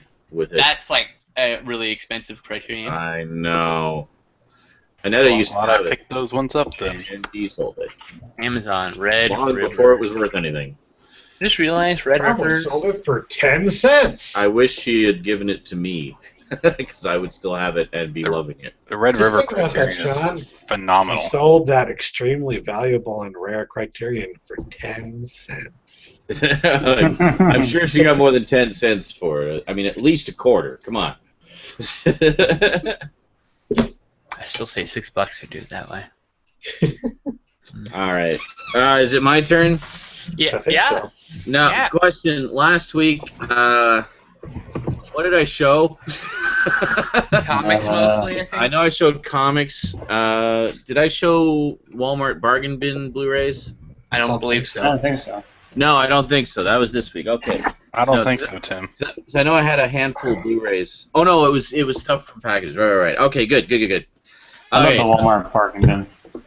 Yeah, well, okay, so they've actually got, when I went there this past week, I got some gift cards for my birthday, which you saw in the package opening there, the package from Mum. Well, Rosie and I immediately went out and spent some of them the next day. And so swung by Walmart, got some groceries and stuff like that, and thought I'd check out the Blu-ray bargain bins and sort of see what what they had. And normally the bargain bins there are like $6 or $7. They had a bunch for $5. It was wow. basically a DVD Blu-ray bargain bin. The DVDs were $4, the Blu-rays were $5. And I was like, score! Let's see what they got. So the first thing that caught my eye, this was actually recommended by one of my coworkers, literally like the day before. He's like, "Yeah, I saw this action movie. It had Viggo Mortensen in it. It was really good. Like I'd never really heard anything about it, and it's kind of one of those hidden gems. It's like, yeah, you should really check it out." I'm like, cool, it sounds good. He described a little bit of it to me. I said, yeah, it sounds kind of awesome. So check it out. He was talking about Eastern Promises. Fuck yes, that Oh, is yeah. so Yeah. good. I haven't seen it yet. Which apparently is really good. And in particular, he said there's a scene that takes place in a bathhouse Yep. that was really well done and spectacular. And I guess it must be because one of the featurettes here is called Two Guys Walk Into a Bathhouse. So I'm guessing that's one of the iconic scenes from the movie. He just loves the cock. That's why he likes it. So anyway, I just found it was kind of funny that he recommended it to me one day, and then the next day I find it in the $5 Blu-ray bin. So It was meant to be. That's what couldn't that pass is. that up. Well, exactly. I was I like, personally would clearly, say that's Cronenberg's last great movie that he did. But A that's lot of people say that. clearly, I am. Oh, it is David Cronenberg. I didn't even realize I it was like David Dangerous Method, Cronenberg. though. I know a lot of people shit on that one, but I think Which one? Dangerous Method. All right. So it's pretty good, man. I need to check that one out then. So next up, this is a sci-fi that I am aware was a sci-fi because I've actually seen it. I always really liked this movie a lot, and I've been meaning to pick it up for ages. Just kept passing on it, and finally for $5, why not? Got Equilibrium, also known as That cover looks like ass. the Thinking Man's Matrix movie. Yeah, there's been some other editions though. Like I think there was like a steelbook or something. And I never got that. I've got the Echo Bridge Blu-ray. So. Oh, yeah. great! Is this Echo Bridge? No, this is They're all the Alliance. same transfer. It doesn't matter. Yeah, only it's one fucking master. It's too bad, but yeah, I really enjoyed this a lot. It's kind of a mix of if you've never seen it, think like 1984 meets The Matrix is kind of what you're looking at here. Actually, that's a perfect way to describe it. Yeah. And they invented like a gun kung fu.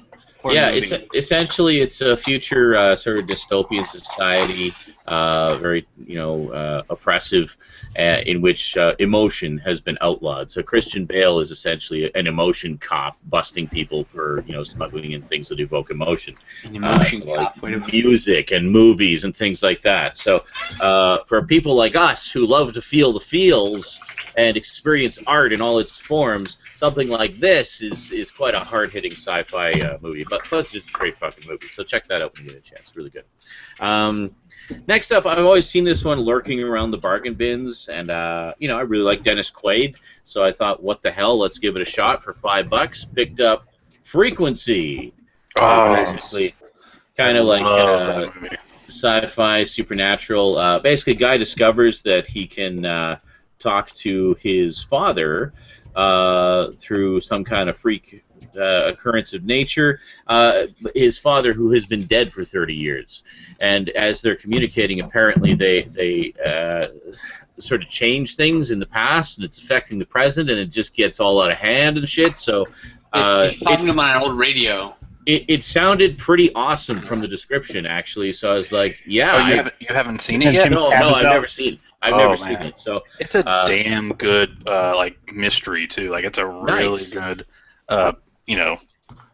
murder mystery. Sweet. Yeah, so it sounded great from the description, and as I said, I love me some Dennis Quaid, so why the heck not? Let's give it a shot. The next up, last bargain bin treasure here. I've been meaning to check this one out for ages. I've heard it's just a fantastic film, and I really like the guy who made it. He stars in one of my all-time favorite Christmas movies. For $5, we got Sling Blade. Never seen it. Get some fried potatoes. Never seen it. That's the only thing I know is the French fried potatoes line. Yeah. So this was written, directed by, and starring Billy Bob Thornton. This is like his creative baby. Yeah, this is the one that really put him on the map. That film is, oh man, I love it. It's so. But for $5, like, check out the stack of bonus features that you can't read there. Mm-hmm. It's a lot of shit on there. Is that a Canadian release with French on the cover? Well, actually, no, I don't think it is. No, there's no French on the cover. Cool. Oh, that's cool. I was curious. Yeah, no. So there you go. Anyway, Sling Blade. So finally going to check that out. I've been wanting to see that for ages. Next up, these are not bargain bins, but they were they had dropped in price a little bit, enough that I decided to finally pull the trigger on them. As you know, I really enjoyed the first movie in this franchise. Had to check out the 1.5th movie. We have Annabelle from the world of The Conjuring. That's all right. It's all about the possessed doll that is featured very briefly in The Conjuring. So this is basically a prequel. It's the backstory of the what happened with the doll. So pretty cool. Been wanting to check that one out. Next up, I'm wanting to check this one out for ages because A, I love the Wachowskis, and B, I just love the idea of this movie basically being kind of a love letter to like 80s and 90s sci-fi action epic movies. We have Jupiter Ascending. I need to get that. I need to get that. And yeah. I heard a lot of people shit on this, and then when I heard about what the movie is, I realized why a lot of people were shitting on it, and basically because, you just didn't get it. This sounds like something that I would really dig, so I decided... It's like Cloud Atlas, man. Like, yeah, so I decided to grab this as a blind buy. I actually didn't even know it was the Wachowskis until I was standing in line waiting to pay for it. The Wachowskis have been cursed since Matrix. They had one successful sci-fi movie, and everything after it is just no one gets it. I don't know why. Like, well, I mean, even the Matrix movies, there was a lot of mixed feelings about those. I mean, they've always been. I mean, to me, they are true artistes who just happen to be given really huge budgets. They make comic book movies movies that don't have comic books yet.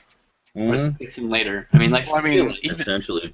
I think it's unfortunate because I mean everybody just always. Bound is also a great movie. I love Bound, and now to this day, it's just if you go to like mainstream like film sites and stuff, they just refer to it as that lesbian movie. Basically, that's what that lesbian thriller. It's my God, Bound is so good. It's that was the one that actually got them the opportunity to do The Matrix. Was because Bound was so highly regarded, and what's his face, that Warner Brothers producer who just adored them, just decided to give them a chance based on the strength of that particular film and just the strength of their ideas, and boom, The Matrix happened. So not very often that happens in Hollywood. But then last but most definitely not least. It was on sale a little bit, like it's come down in price a little bit since it first came out. It was still $20, but I was like, fuck it, you know what, I love this series. I don't want to miss out on the craptastic slipcover. So, honestly, it's really not that great of a slipcover, but I just wanted to be consistent with the previous ones on the shelf. Picked up Paranormal Activity, The Ghost Dimension. Still haven't seen that one. No, yeah, that one will not go down in price. I'm getting pissed off, actually. Yeah, and I've been waiting. There was one left on the shelf, and it had the slipcover, and I was like, fine, fuck it, I really want to see it. So, I think 3 is the one I have a slipcover for. Is that part 5 of 12? It is. Yes, it actually is part 5 of 12. It is part 5. Yes. Hopefully of 12. Yeah. So again, I know. I'm sorry. I've done some videos about the Paranormal Activity movies before. I know I really like them, and I know Stout and Skinslip really like them as well. I think they're scary as hell, to be honest. They have some great scares in them, and in particular, I really like the ongoing story. Now, I should mention, consistent too. Yes, it is. Like it really builds on itself and adds new layers to the onion of the story. But I remember when I did my video about the first, was it 2 through 4.5, up to the marked ones. There we go, and so it begins. A lot of people were saying you should check out Red Letter Media's take on the Paranormal Activity series, so I did. I enjoy a lot of their stuff. I think they're funny. They're very insightful, and often point out very valid. They often have very valid criticisms about things. So, I was curious to see. However, I honestly think they kind of missed the boat on that one because they said that first off, both of them hadn't even seen all the movies, and second off, neither of them had seen the third one. And one of their big complaints about the movies was, we never find out what the backstory is. And I'm like, that's because you didn't watch the third one. The third one is the whole fucking backstory. They're trolling you. Yeah, well. They did that on purpose. No, they do that stuff on purpose. They did actually with Star Wars stuff, too. All right, well, if it was a troll, then well done. But if it wasn't, then... Fuck you. Fuck you, yeah. Those are out there. They're well done or fuck you. Yeah, exactly. Oh, I love them. Even if I don't agree with them, they talk shit about some of my favorite movies. It's like, okay, it's fine. I love them. No, I mean, nothing will ever top the Mr. Plinkett Star Wars reviews, though. Holy shit, those are just so brilliant. But put them on the map for a reason, Absolutely. Well, and the Indiana Jones one was pretty damn funny too. Mm-hmm. Which I think was the one that I introduced you guys to them with, wasn't it? The Indiana Jones one. I had known about them before, but You have, oh no, maybe it was Stout. I think Stout hadn't seen them before, so we watched that. So they knew nothing. Stout knew nothing about Mr. Plinkett or the Star Wars reviews or everything. So I bring him in for his first Mr. Plinkett experience with the the Indiana Jones and the Kingdom of the Crystal Skull review, where like 10 minutes into it is Mr. Plinkett jizzing a hole through his TV watching a video of the Olsen twins. I can't stop. I can't stop coming. For kids. And he's just like, what the fuck are you showing me, Sean? Can confirm that was my reaction. Yes, but we stuck with it, and by the end he understood the brilliance of Mr. Plinkett. The brilliant, disturbing brilliance. Man. Oh, sweet. Roth says you might find my name in the credits of Paranormal Activity 2 as one of the people who demanded it. And you'll never live that down. It's all your fault. This happened because of me. I So- would love them to release Tokyo Night here in the States. That would be nice, yeah, absolutely. I Right. just got like a bootleg of it. Exactly. So this edition, I should mention, actually has 3 cuts of the movie. Holy shit. There's the theatrical version, which is 87 minutes, the extended version, which is 97, and then the extended version with an alternate ending, which is 95. So lots of options there. And there's some lost footage for the extras. Yeah, these are usually really light on extras. Yep. I watched Mr. Jones last night. There's no extras. It's complete. There's not even a trailer or anything. It's just nothing. Yeah, it's a bare bones release. Mr. Jones and me. It's too bad. And you enjoyed that one fairly well, didn't you? You I can do a review did. of it? Yeah, I'll probably do a review of it. Yeah, I'm actually going to be doing. I think is it this Friday coming up? I'm going to be doing a pair of videos about some found footage ones that I've watched recently. Cool. And I haven't reviewed yet. So I'll be doing like Troll Hunter, Apollo 18, and then I think that's going to be one together, to do those 2 together. And then the next one will be... Like half of those movies. Yeah, it'll be... yeah, I know you like Troll Hunter, so... Apollo 18's not... It's okay. Yeah, it wasn't bad. Yeah, I didn't... Wouldn't want to own it. But... Well, I got it pretty cheap. I think I got it from a pawn shop, actually. And then the second one will be Mr. Jones and As Above, So Below. So, I like both of those. So, hey. yes. Hey, So man, they're- 3 out of 4 ain't bad. Yeah, so that's good. And I got sort of my little stack o' horror of ones I want to watch and review. So I'm going to do We Are Still Here at some point soon. Oh my god, please do that one next. You will love that fucking movie. And then I'm going to do a home invasion double bill. I'm going to do The Strangers and You're Next. Perfect. So, That's actually... I love that old bill. I love both those movies, too. yeah, so that'd be... I think that'll be good. Watch Strangers first, because Your Next is Deconstructionist. So... And it's Okay. set up. So, Duly if you noted. watch them the other reverse, you won't enjoy them as much. Okay. No, I will do it that way then. Thank you for the tip. Thanks for the hot tip.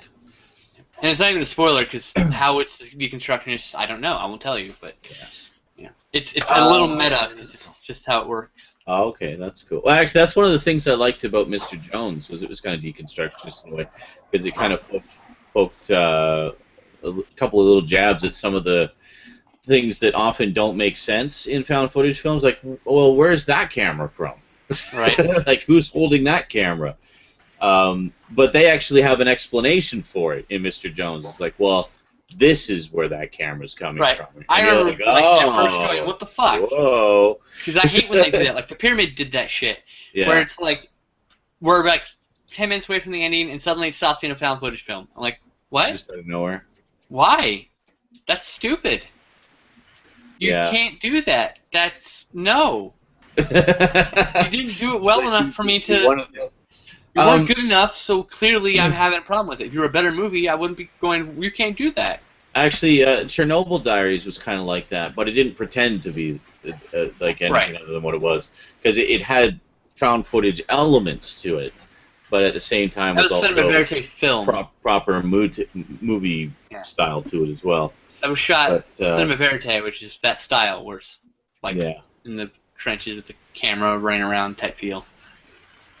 Yeah, medium cool. Is that the movie? Yeah, medium cool's. Medium cool. That's shot cinema verite also. Early Early cinema verite film.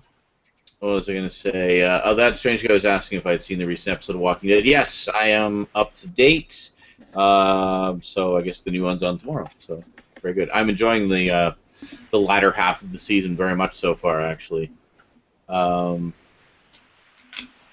Yes, and yes, we know that certain things have happened in the comics ages ago that are only just now happening in the show. I mean, the show has gone so far into its own direction by now. I mean, there's characters who died in the comics like years ago that are still alive and well and kicking butt in the show. Yep, it's different. And vice versa. There's characters that survived a long time in the comics that got killed ages ago in the show. You know, that's because when Darabont was in charge, it was going to be basically side stories for the comic book, essentially. Yeah. And then when he stepped away from it, AMC, I guess, let him go, or whatever, how that worked. Yeah. This shift had been its own thing, you know. Yeah. Which is smart. I mean, I actually think it's a better idea, but. Well, it is, because then also there's surprises for everyone. Right. People who read the comics and people who don't. And there's a recent character pairing that I am a huge fucking fan of.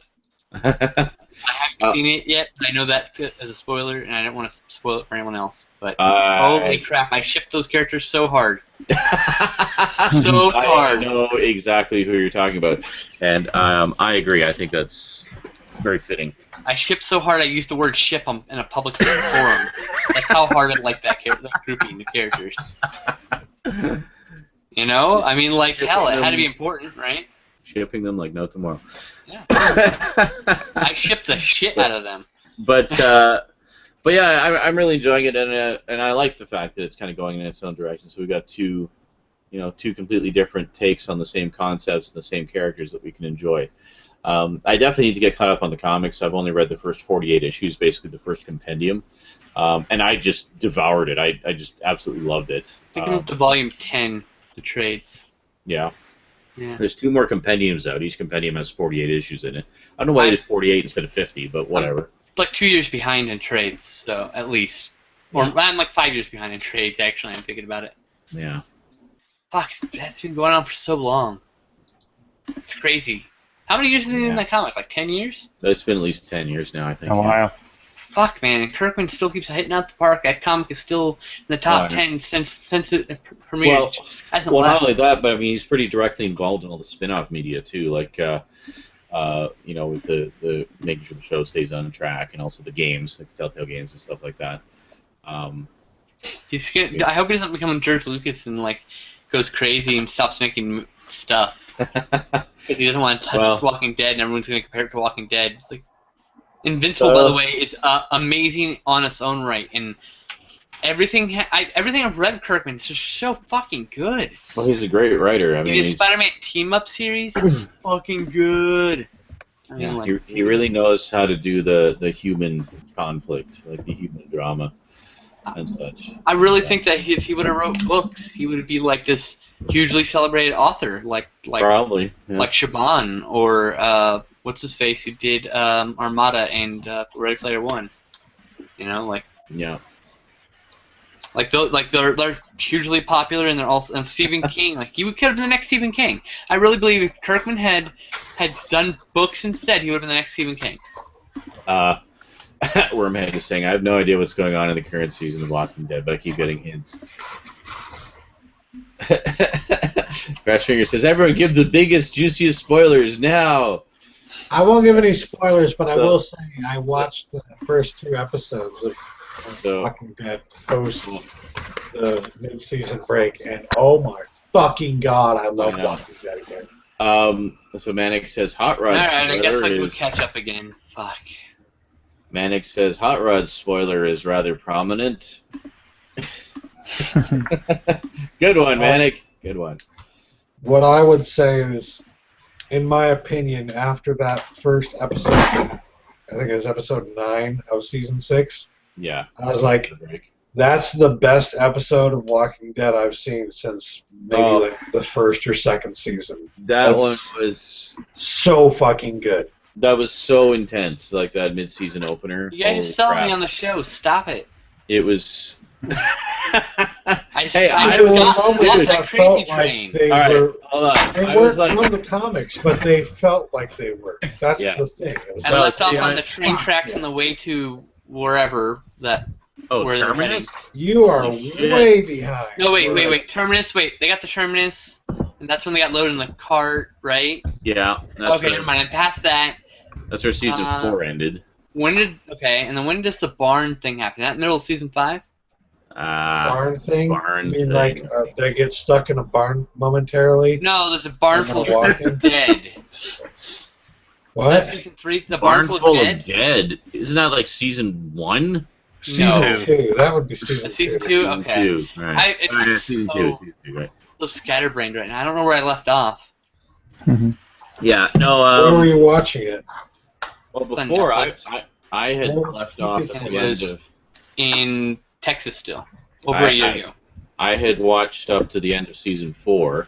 2013. And I'd seen the first episode of season 5, and that was it.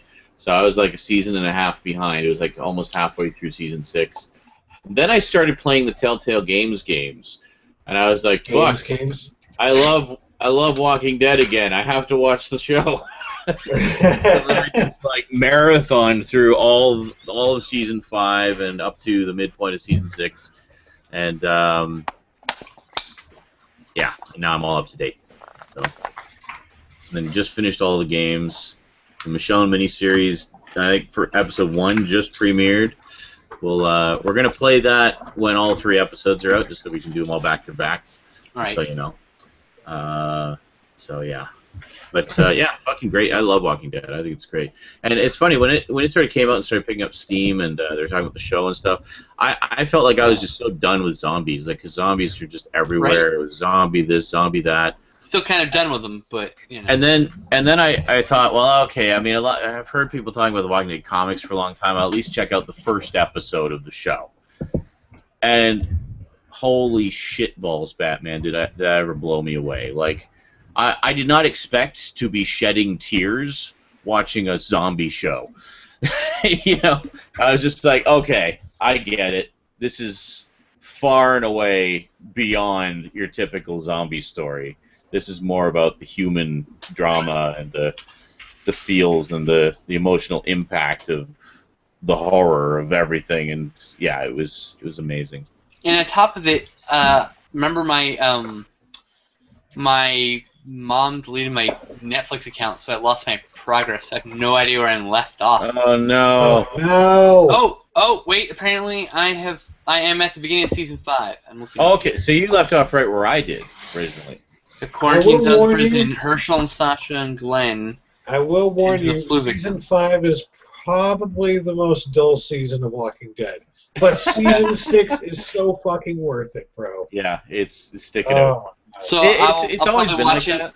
I'll watch season 5 when season 6 comes out on Netflix. Then that's there what you will go. happen. Then you just do both. Then I don't have to worry about it losing steam and me going fuck this shit. Yeah. Well, I mean, it definitely helps when you're marathoning them because then you get through the slow parts faster. But like it was the same thing with season 2. I remember a lot of people complained about season 2 just kind of meandering around for a while. Oh yeah, season 2 is bad, honestly. Yeah. Well, there were some good moments in in it. comparison, I should say.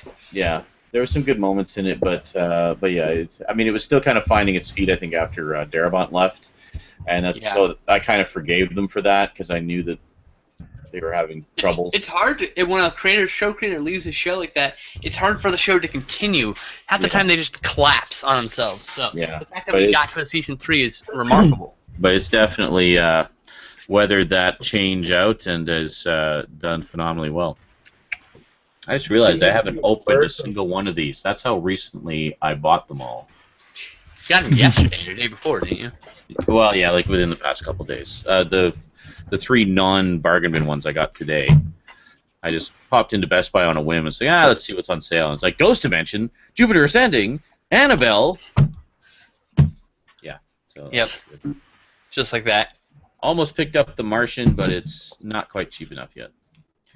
I kind of want to wait until Black Friday for all these. Mm. So I'm gonna get. I think I'm gonna focus on getting the Paranormal Activities, the Martians, It's like and the 9 Martian. months And away. yeah, I'm alright. I'm patient. They're studio releases. I'm fine. Yeah, yeah. Yeah. Fuck, I was gonna look something up and I forgot. Yeah, I missed out on the Annabelle cover, but oh well. Oh right.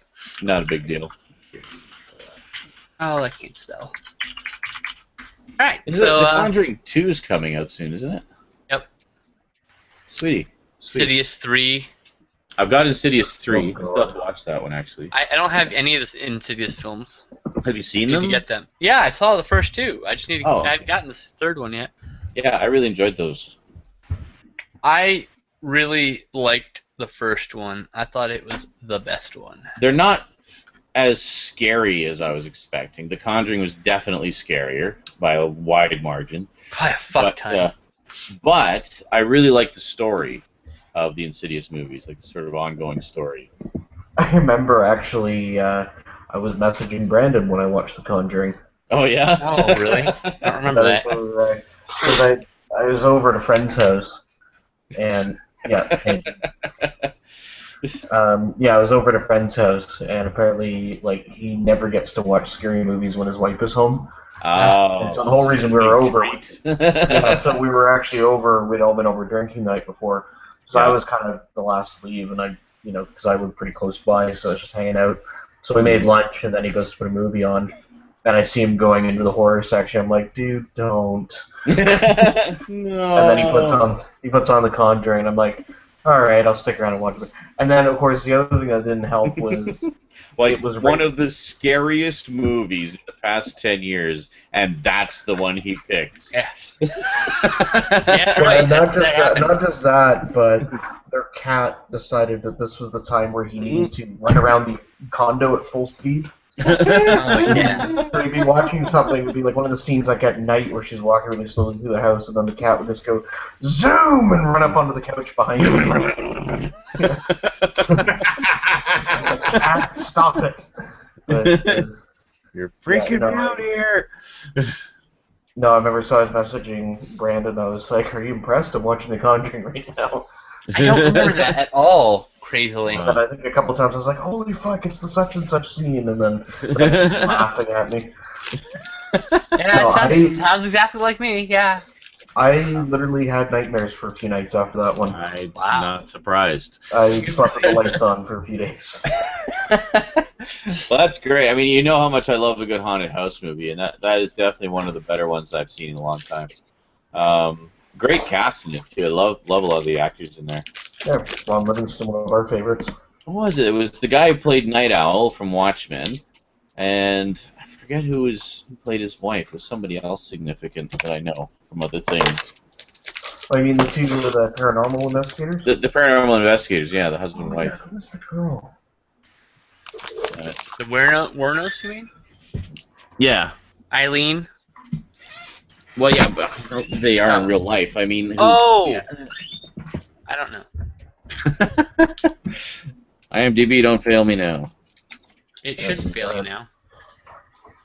IMDb Ghost says Vera I Farmiga. know there's something, yeah. What was that? Ghost said Vera Farmiga. Bear Farmiga. Farmiga. Yes. Where the fuck do I know her from? She's in the Bates Motel TV show. That's what it was, yes. And a bunch of other stuff. She's a That's right. beautiful woman, but she always plays these evil bitches. Well, actually, her character in that was fairly straightforward, but that's what it was, yeah, because I had just seen her in Bates Motel as Norma Bates, and yeah, pretty crazy.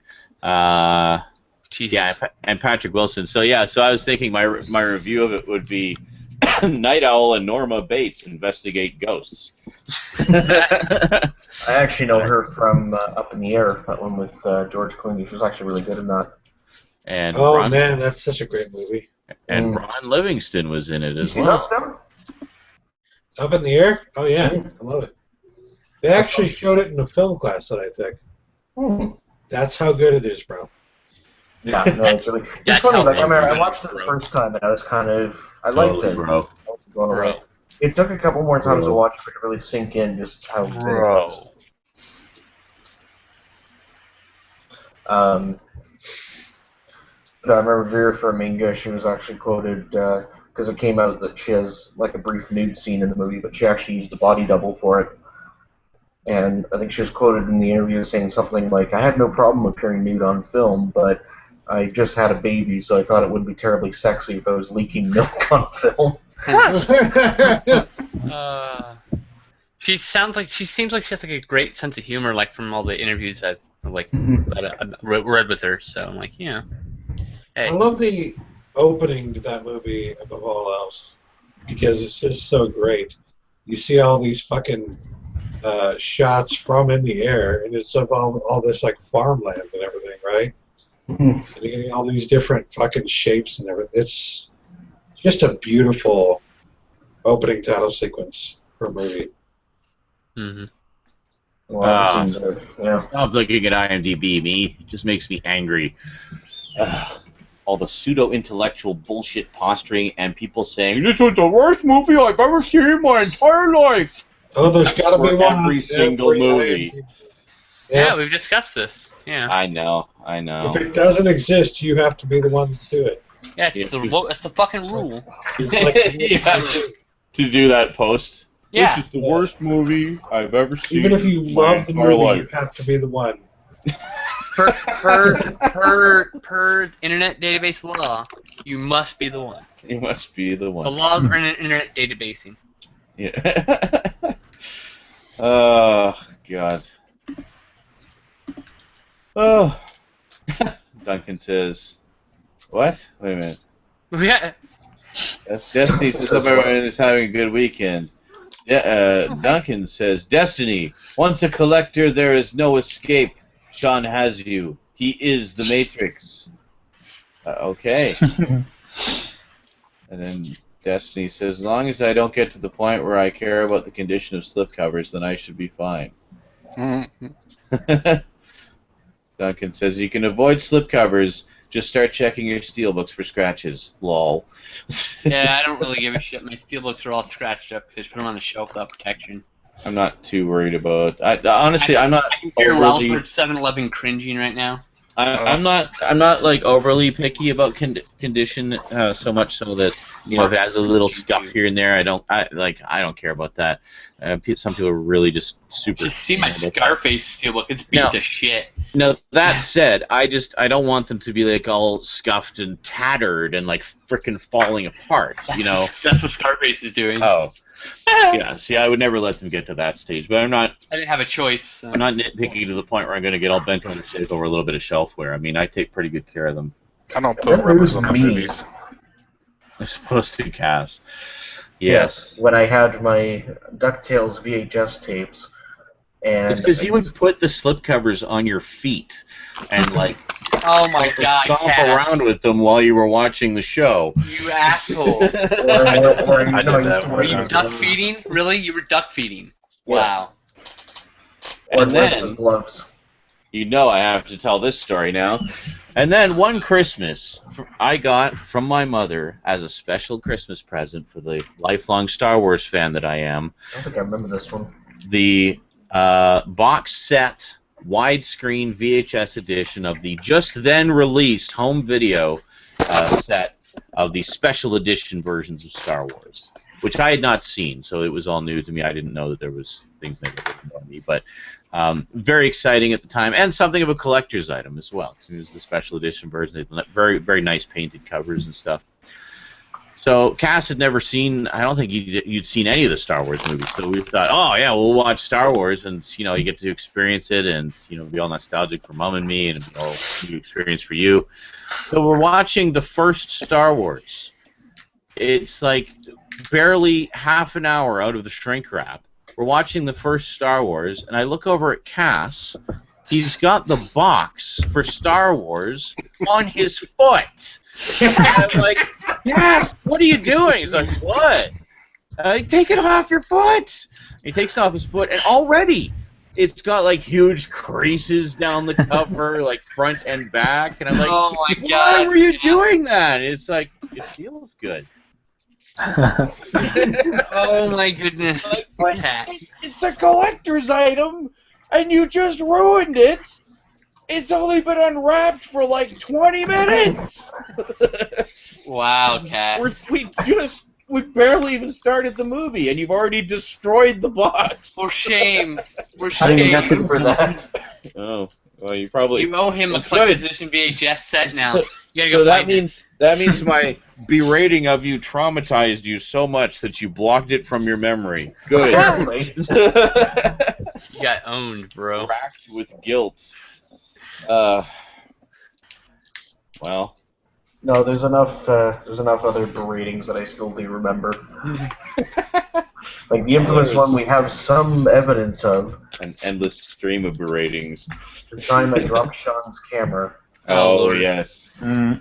which we actually have part of that on video. Well, We've I have covered that before, too. Yes, there's the drop on camera, and then he's just like, Yeah. "Oh no," and and you just hear my voice. What did you? And then the camera cuts off. Nothing. I did nothing. I was talking Well, it's about. funny because when I turned it back on, I just happened to be pointing at you again, and you're playing Nintendo or something. So it was like literally. The reprimand was over. What? Didn't think. Back to You playing didn't think to Tetris. rewind the tape and start recording again to cover up your drop? You would never gotten in trouble. No. I Well, didn't no, do it. no. No, Brandon, I should explain. I had it on the bed. I was like 10 feet behind Sean. Yeah, I knew Oh. what had happened. I just You wanted heard him the to thud. admit it. You're a dick. Also, but still. Like, Because I remember what I was trying to do was I was balancing it like on the edge of the bed. I was trying to make like, look, no hands or something like that. And I guess I just didn't put it back far enough. yeah. And so it just went slide. So it just Shame. like spins Shame. wildly onto the floor. Shame. Watch me Carpeted, thank balance this God. incredibly expensive piece of equipment on the end of the bed because reasons. Dude, I am worried about Well, it falling what's off funny my was bed, and actually- my bed's on the floor. Well, and what's funny was actually even after the reprimand, I actually still did it again. The thing I was trying to do, I put the camera much further back on the bed. Oh my Yes, God. you learned from your mistake and fear of death. Yeah, I like how Sean put it. He said that actually, like Sean actually didn't even berate me for that one because I just burst into like a Well, meltdown. you were so racked with guilt immediately. you knew you had done a bad thing. Like, well, I suppose since you're crying, I'll consider this a victory. You've But punished first, yourself. purple nurple. Ow! Like, you know? Speaking of, Oh, I knew the value of the camera and how it was a privilege to use it and yada yada. So It's a privilege, not a Quiet right. for so long, it came boosted on you and got really loud. Yeah. hey Ryan. What? Oh my god. No, Hey, that sounds like a robot. Hello, Ryan. I believe you and I were the only ones that You watched. sound like a robot, Quack. I sound like a robot. Yeah, you're gonna have to reset, buddy. Son of a bitch. Reload, I mean. You sound like a static-y thing. Like, I'm not trying to be rude, but I can't understand a word you're saying. Hey Ryan. Yeah, that's what I was hearing. Right. Yeah, only watch. Check, 1, 2, You're good 3. now. There we go. That's All not right. better. Hey Ryan, so I figured you and I were the only ones that watched Fuller House last night. Did anybody else watch? Not yet. Never. Ryan, can we just talk about for a second Stephanie and the dress she wore that first night? Oh, how revealing it was? Yes. For a Fuller House show, she was out there. And Like, it was, Really? Sweet. Now I'm gonna watch it it. was married to children yes, out there. You've watched it. Just look up screenshots. I'm sure Yeah, there's. it was out there. Just They watch were, it. or should I say they were out there? I mean, Stephanie's Amazing Rack, the show. Jesus. Yeah, I mean, at first I was like, well, the Olsen twins are not on. I don't know how it's going to be. But then there was a new set of twins that were on it. So, Oh. Wait. They didn't even have the Olsen twins? No. They couldn't get them to come back. What the fuck you want to do about it? Well, then they shouldn't have done the show, because they were the whole reason anybody watched. all right, Oh. here, Got it, dude. The whole entire reason. all right. Here's the clip. I'm sharing it in the chat. If anybody wants to cue it up. My God. Oh my God! It's a whole 16 seconds long. I have to watch Full House for Where is 16 the tab? seconds. There it is. Couldn't find my fucking tab. Whoa, hello. Description: Wow, she grew up. She filled out. Wow. I'm guessing she was like 5 when the original show was on or something. Yes. Okay. I don't know how old she was. Yeah, maybe. Why? I never But watched overall- the original show. Overall, Yeah, I loved it. No. I loved the first episode. I'm too. gonna watch it just because I got to give it a chance, you know, like. You said that only now. First time you ever said that. No. Not really. Not I'm at just all. fucking around. I'm fucking around. No, But- be clear. I said a few. There's Twitter proof of when I said You this. said several times you'll watch the first episode. I saw the know. trailer and I was like, well, fuck. It kind of looks good. God damn it. Uh-huh. But I have to say, like, I don't believe there's any time in fashion that dress will actually be appealing. I mean, it just, what is that? It's a very tacky dress. There's no question. You'd have to watch the first episode to see like how she is. So I mean, she's very tacky, is what you're I'm not saying she's a whore, but she is like, I guess you could say, the new John Stamos of the show. She's the Uncle So Jesse. Yeah, that's a She's good not so description. much That's a whore, more of a skank. Wow. Really? Personally, her character is probably one of my favorite aspects of the new show. All right. Kimmy Gibbler is like to a T, Yeah. like herself 20 years later. It's Oh, wow. And pretty their good. their chemistry is really good too. I would say it's probably even better. Their chemistry now is better than what it was back then. But that's just Wormhead has just asked me, is there an Isaac? Have you heard of The Witch? Yes, because I noticed you guys have been talking about it all night. So I am aware there is a movie called The Witch. Actually, no, I do know the one you're talking about. I read about it. I just found out about it recently, actually. There was an article that Skinslip sent to me and to the Geeky Gang recently about modern horror movies and ones that dare to sort of break the mold, not getting enough respect. And there was 3 in particular that he mentioned. There was, fuck, were the 3? There's the Babadook, It Follows, and The Witch was the 3rd one. And I loved the Babadook, and I loved It Follows. So if that one's being paired with those, then that automatically makes me want to see it and check out what makes this one different from the, typical horror movies and such. So I'd like to note that anyone who's like it's not a horror movie, you're a moron. You're a goddamn moron, and I hope you get hit by a bus. You're a fucking dummy. I didn't think it was. Oh, I shut haven't the seen fuck it. up, Ryan. I haven't seen it, so You fuck. I know you fuck. Go fuck yourself, Ryan. You're hit by a bus. I'm kidding. There was a documentary. No, I'm serious. Like, if people are like, "Oh, there's no jump scares," there was nothing. Like, motherfucker, jump scares are the bad thing in horror, you asshole. No. No, but I mean, They can be used effectively. Yes, but what I mean is the bad thing is it means a crutch in most modern films. Well, yeah, when it's used, yeah. Thankfully, overused. lots of indie horror now is changing that because we've got like It Follows. The Nightmare has a bad jump scare.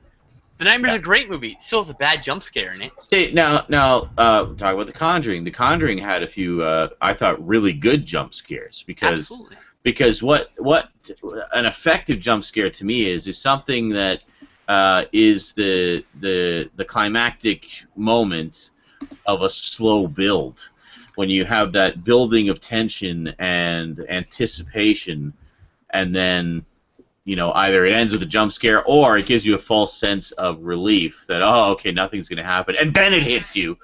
Like that's, those are effective uses of jump scares, I think. that sounded like And The Conjuring did that. So here's the thing about jump scares. It doesn't matter if you build up to it or you just out of nowhere, as long as it is in the movie, meaning a character reacts to it. If you, like the Pyramid, have a jump scare where there's no characters around it and just a sudden moment, you're like, what? Fuck you. Oh, yeah, That's no. not a good jump scare, and a lot of horror movies do that shit. It scares for you, not for the characters. See, that's a good way of putting it. It needs to be for the characters. So, to me, that's saying the purpose of a properly executed jump scare is to get you, the viewer, to feel that moment of that moment of terror that the character is feeling. Exactly. So it is to project that on you by doing a little something extra for you, the audience, that puts you in that place, which apparently is hilarious to Ryan. I'm looking in the comments at Thrashfinger said, "What about jump fucks? Those are good as well." No, Ghost, I haven't seen The Witch, but guess what? Suddenly You've you're seen the having trailer. I'm pretty sure it's a fucking horror movie, and I know it's a religious informed horror film. Roth says the original The Eye does those building jumps masterfully. Just like Silence of the Lambs is a horror film, and just like Jaws is a horror film, you know. Mattman says, "Oh fuck, Sean, you'll love The Witch." I don't consider either of those two films a horror film. That's because you're an elitist, Ryan. I definitely want to see it. I'm kidding. I just personally don't. That's fine. No, it's fine. I'm just saying they're horror movies though, because they have the horror elements are a really strong part of are a major part of the film. It's not just that there's a horrific segment; it's that those things are pervasive throughout the film. Would you say Seven is a horror film? God, that one skirts the line so hard. Horror elements. Horror elements. I don't think it's definitely, a horror film. It's a horror-inspired neo-noir. It's more neo-noir than it is. It reminds me more of something like Silence of the Lambs. Yes, that's a horror movie, though. Silence of the Lambs is a horror movie. I don't know. I would say it's a horror movie. That's what everyone else calls it. I'm just going. I don't agree with that statement. What I'm saying is the common thread is that Silence of the Lambs is a horror movie. Yeah. See, a lot of people think that a lot of people think that like The Birds is a horror movie or something. That Bird's not a horror movie. I consider that a horror movie. It's a hilarious movie. Oh, don't. No. It's not. Oh, fuck I'm fucking with you. It's fine. No, don't. And The Birds was a great comedy. I'll also say I don't really personally. Ghost 66 says, so you're giving your opinion of the movie on the trailer. I'm like, no. I'm giving my opinion on the theme and content of the film based on what I've seen on it. So I don't know the movie. I'll see the movie. However, I have read a review about a detailed spoiler-filled review because I was curious, and it's a fucking horror movie, you asshole! Like, holy shit! See, now, I will be watching the movie as soon as I'm able to. There was a similar debate/confusion over Crimson Peak. Where that's a gothic romance film. It's a gothic romance, but it was marketed with horror elements. Right. But it was marketed just focusing on the horror elements to the point where Guillermo del Toro himself came out publicly and said, "Just so you guys know, it's not a horror movie." Yeah, horror movies take the everyday mundane and make them scary. So in this case, it's like it takes like these crazy strict religious people and turns their everyday belief into a fucking terror system for the characters in the movie. So it's a horror movie. Oh yeah, it's absolutely a horror movie. Yeah. Is it dense? Is it different? I assume so. I can't wait to fucking dive into it. I can't get to the theater to see it, sadly. So I want to see it because Guillermo del Toro gothic movie. Oh, I was talking about The Witch still. Sorry. I'll have Crimson Peak next week. I can let you know how that is. All right, cool. Yeah, see, I consider Crimson Peak a comedy. I'm just joking. I haven't seen that yet. Actually, it looks amazing. Now that I remember, that's actually the one reason I went into Best Buy. I wanted to see if they had Crimson Peak, and they did on DVD only. Oh fuck! So otherwise, I would have had that tonight, and because I really want to get that one. So it's awesome. But yeah, I hear that Crimson Peak is not the greatest Del Toro film, and it kind of falls flat in some areas. So I'm interested in seeing it because not every director can hit out the park every time. There's a few others I need to check out of his. I still need to see. Was it? Fuck, what was that other one?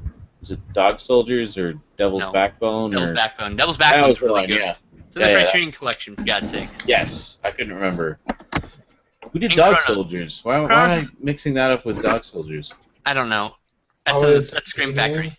Kronos is not as good as Devil's Backbone, but it's still a really good film. So, also not strictly a horror film. Kronos, that is. Kronos, yeah, that was the other one. Yeah. Mm-hmm. I remember seeing some stuff about that. They both have Mike Mignola covers for the Criterions too. Nice. Well, I'm sure he's very appreciative of how he brought Hellboy to life for the screen. They're good friends too, so.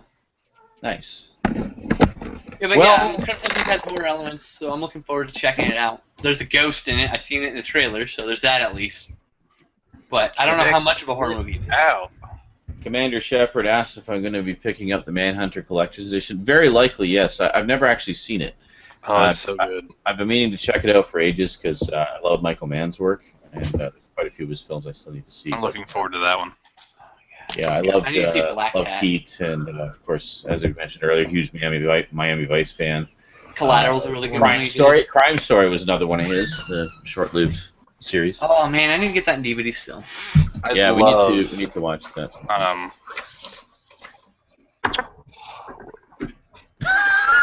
Damn, man. Thrashfinger says, Zarin Isaac, you could have just turned those DVDs into Blu-ray by drawing blue marker on the bottom of it. I learned that from Flo Joe. Oh, okay. What? Good. I didn't know it was that easy. We've been scammed this whole time. Well, fuck. Is that because someone thinks they're the same quality because they're a dummy? Okay. Oh, dude, you got to read the comments on my old screenshot comparison video. There's still I'm people who think they're the same. No, I'm good because those people Yeah. are dummies, and I don't. That Those just people are reminds so me dumb of, in the brain that I can't handle it. No, I know it's. Sorry, Cass. As John Cleese eloquently put it, the problem with people, the problem with stupid people like this is they're so stupid they don't realize how stupid they are. Or how wrong they are. Now you can But say that. Oh, go ahead. Just go, Cass. It's fine. Go. I'm sorry, Cass. I apologize. Go. I was just saying, I just reminded of something I saw in a kid is the idea of turning it into a Blu-ray. Those that don't know, back in the day, 80s and 90s Mustangs, if they had the V8 engine, they used to have the 5.0 decal on the side. It was like right in front of the front door. So that was a common. That's actually what Vanilla Ice is referring to when he says "roll into my 5.0." That lyric is that's kind of where it comes into popular culture. So, anyways, I once saw a K car, which was a crappy little 80s commuter car, and somebody had drawn 5.0 in pencil on the front fender. And now I don't begrudge anyone who thinks that who wants to get a DVD instead of the Blu-ray because it's good enough for them. That's fine. That's personal taste, right? That's fine. Absolutely. There's movies that I have on DVD, like the Leprechaun series. I'm probably never gonna get the Blu-ray set for. I'm good. I'll be doing that for certain ones on my birthday list. So just mainly for money, but just to have something to watch. Just to have them, I can always upgrade them later. That's fine. I mean, and I can totally understand when people do that, especially in these harsh economic times. Absolutely. People losing jobs left and right. I get it. I generally, if I have the means to do so, I will buy Blu-ray over DVD if the option is available. If the option is available and I don't have enough, I just put it off. I wait until it hits the bargain bins or something. Get something else. The only exception being, of course, the collector's editions that will just never ever be less than they are. Like the small studio stuff. But no, I mean the problem I have is the people who still insist there's no difference in quality. And it's like, I'm sorry, but you're in complete denial if you honestly believe that. You're just absolutely positively wrong, and 100%. There's no way not to be wrong in that state. Like you are irrefutably, easily, provably wrong. Like science says no, bitch. Yes. It's just you are wrong. You are disagreeing with provable facts. Yep. Easily demonstrable facts. I just pulled an Ed Balls again. I just typed shapes in the chat because I didn't realize I was logged in. Oh shit! You just pulled on your balls again? What? Yes. Yep. No, I said I just pulled an Ed Balls. Alrighty. Well, folks, I think we're going to wrap it up because we're already over overtime, and I'd like to get some Twitch happening before I'm too tired. balls. Son of a Twitch. Those of you joining us on Twitch, please do. I'll be there shortly. Going to be playing episode 1 of Telltale Games' Game of Thrones. So check it out. You've had 2.5 hours. I gave you a whole extra half hour to get caught up on the first 3 seasons. So, sorry, sucks to be you if you haven't done that yet. So, Cass may or may not be joining us. He's still trying to decide if he wants to have it spoiled for him now or wait until 10 years from now, and he might watch a couple episodes of the show. Yeah. So It's if he does join us, now or never. everyone else there, be prepared to explain a lot of things to him as we're going. Who's that guy? let me Who's that confused. guy? Who's that guy? What are they doing? Why'd that happen? What's that? What's that? I may just That mean watch something? See, that's actually the thing too. Is I may just be blindly entertained since I don't really know much of. That's true. Well, that is true. I mean, the story of the game does stand on its own. But it does tie into the show. So if you're familiar with the show, you'll get more out of it. But I'm sure you'll be able to still pick up on you'll be able to pick up on the main story anyway because it's its own thing. So there you go. Cool. And that's where we stand currently. Pretty much. All right, so we'll be doing that on Twitch shortly. Oh, and then those of you who aren't joining us, well, I guess we'll see you next week. So thanks for coming out. Alrighty, that is it from us to you for now. So until next time, thanks for watching, and sayonara. Poopy diapers. Balls. Oh, and by the way, if my building managers are watching, I got your message, and yes, I'm very interested in the 2-bedroom. Balls. Alrighty. Later, everybody. Sack. It was a politician, and I didn't mean an actual set of balls.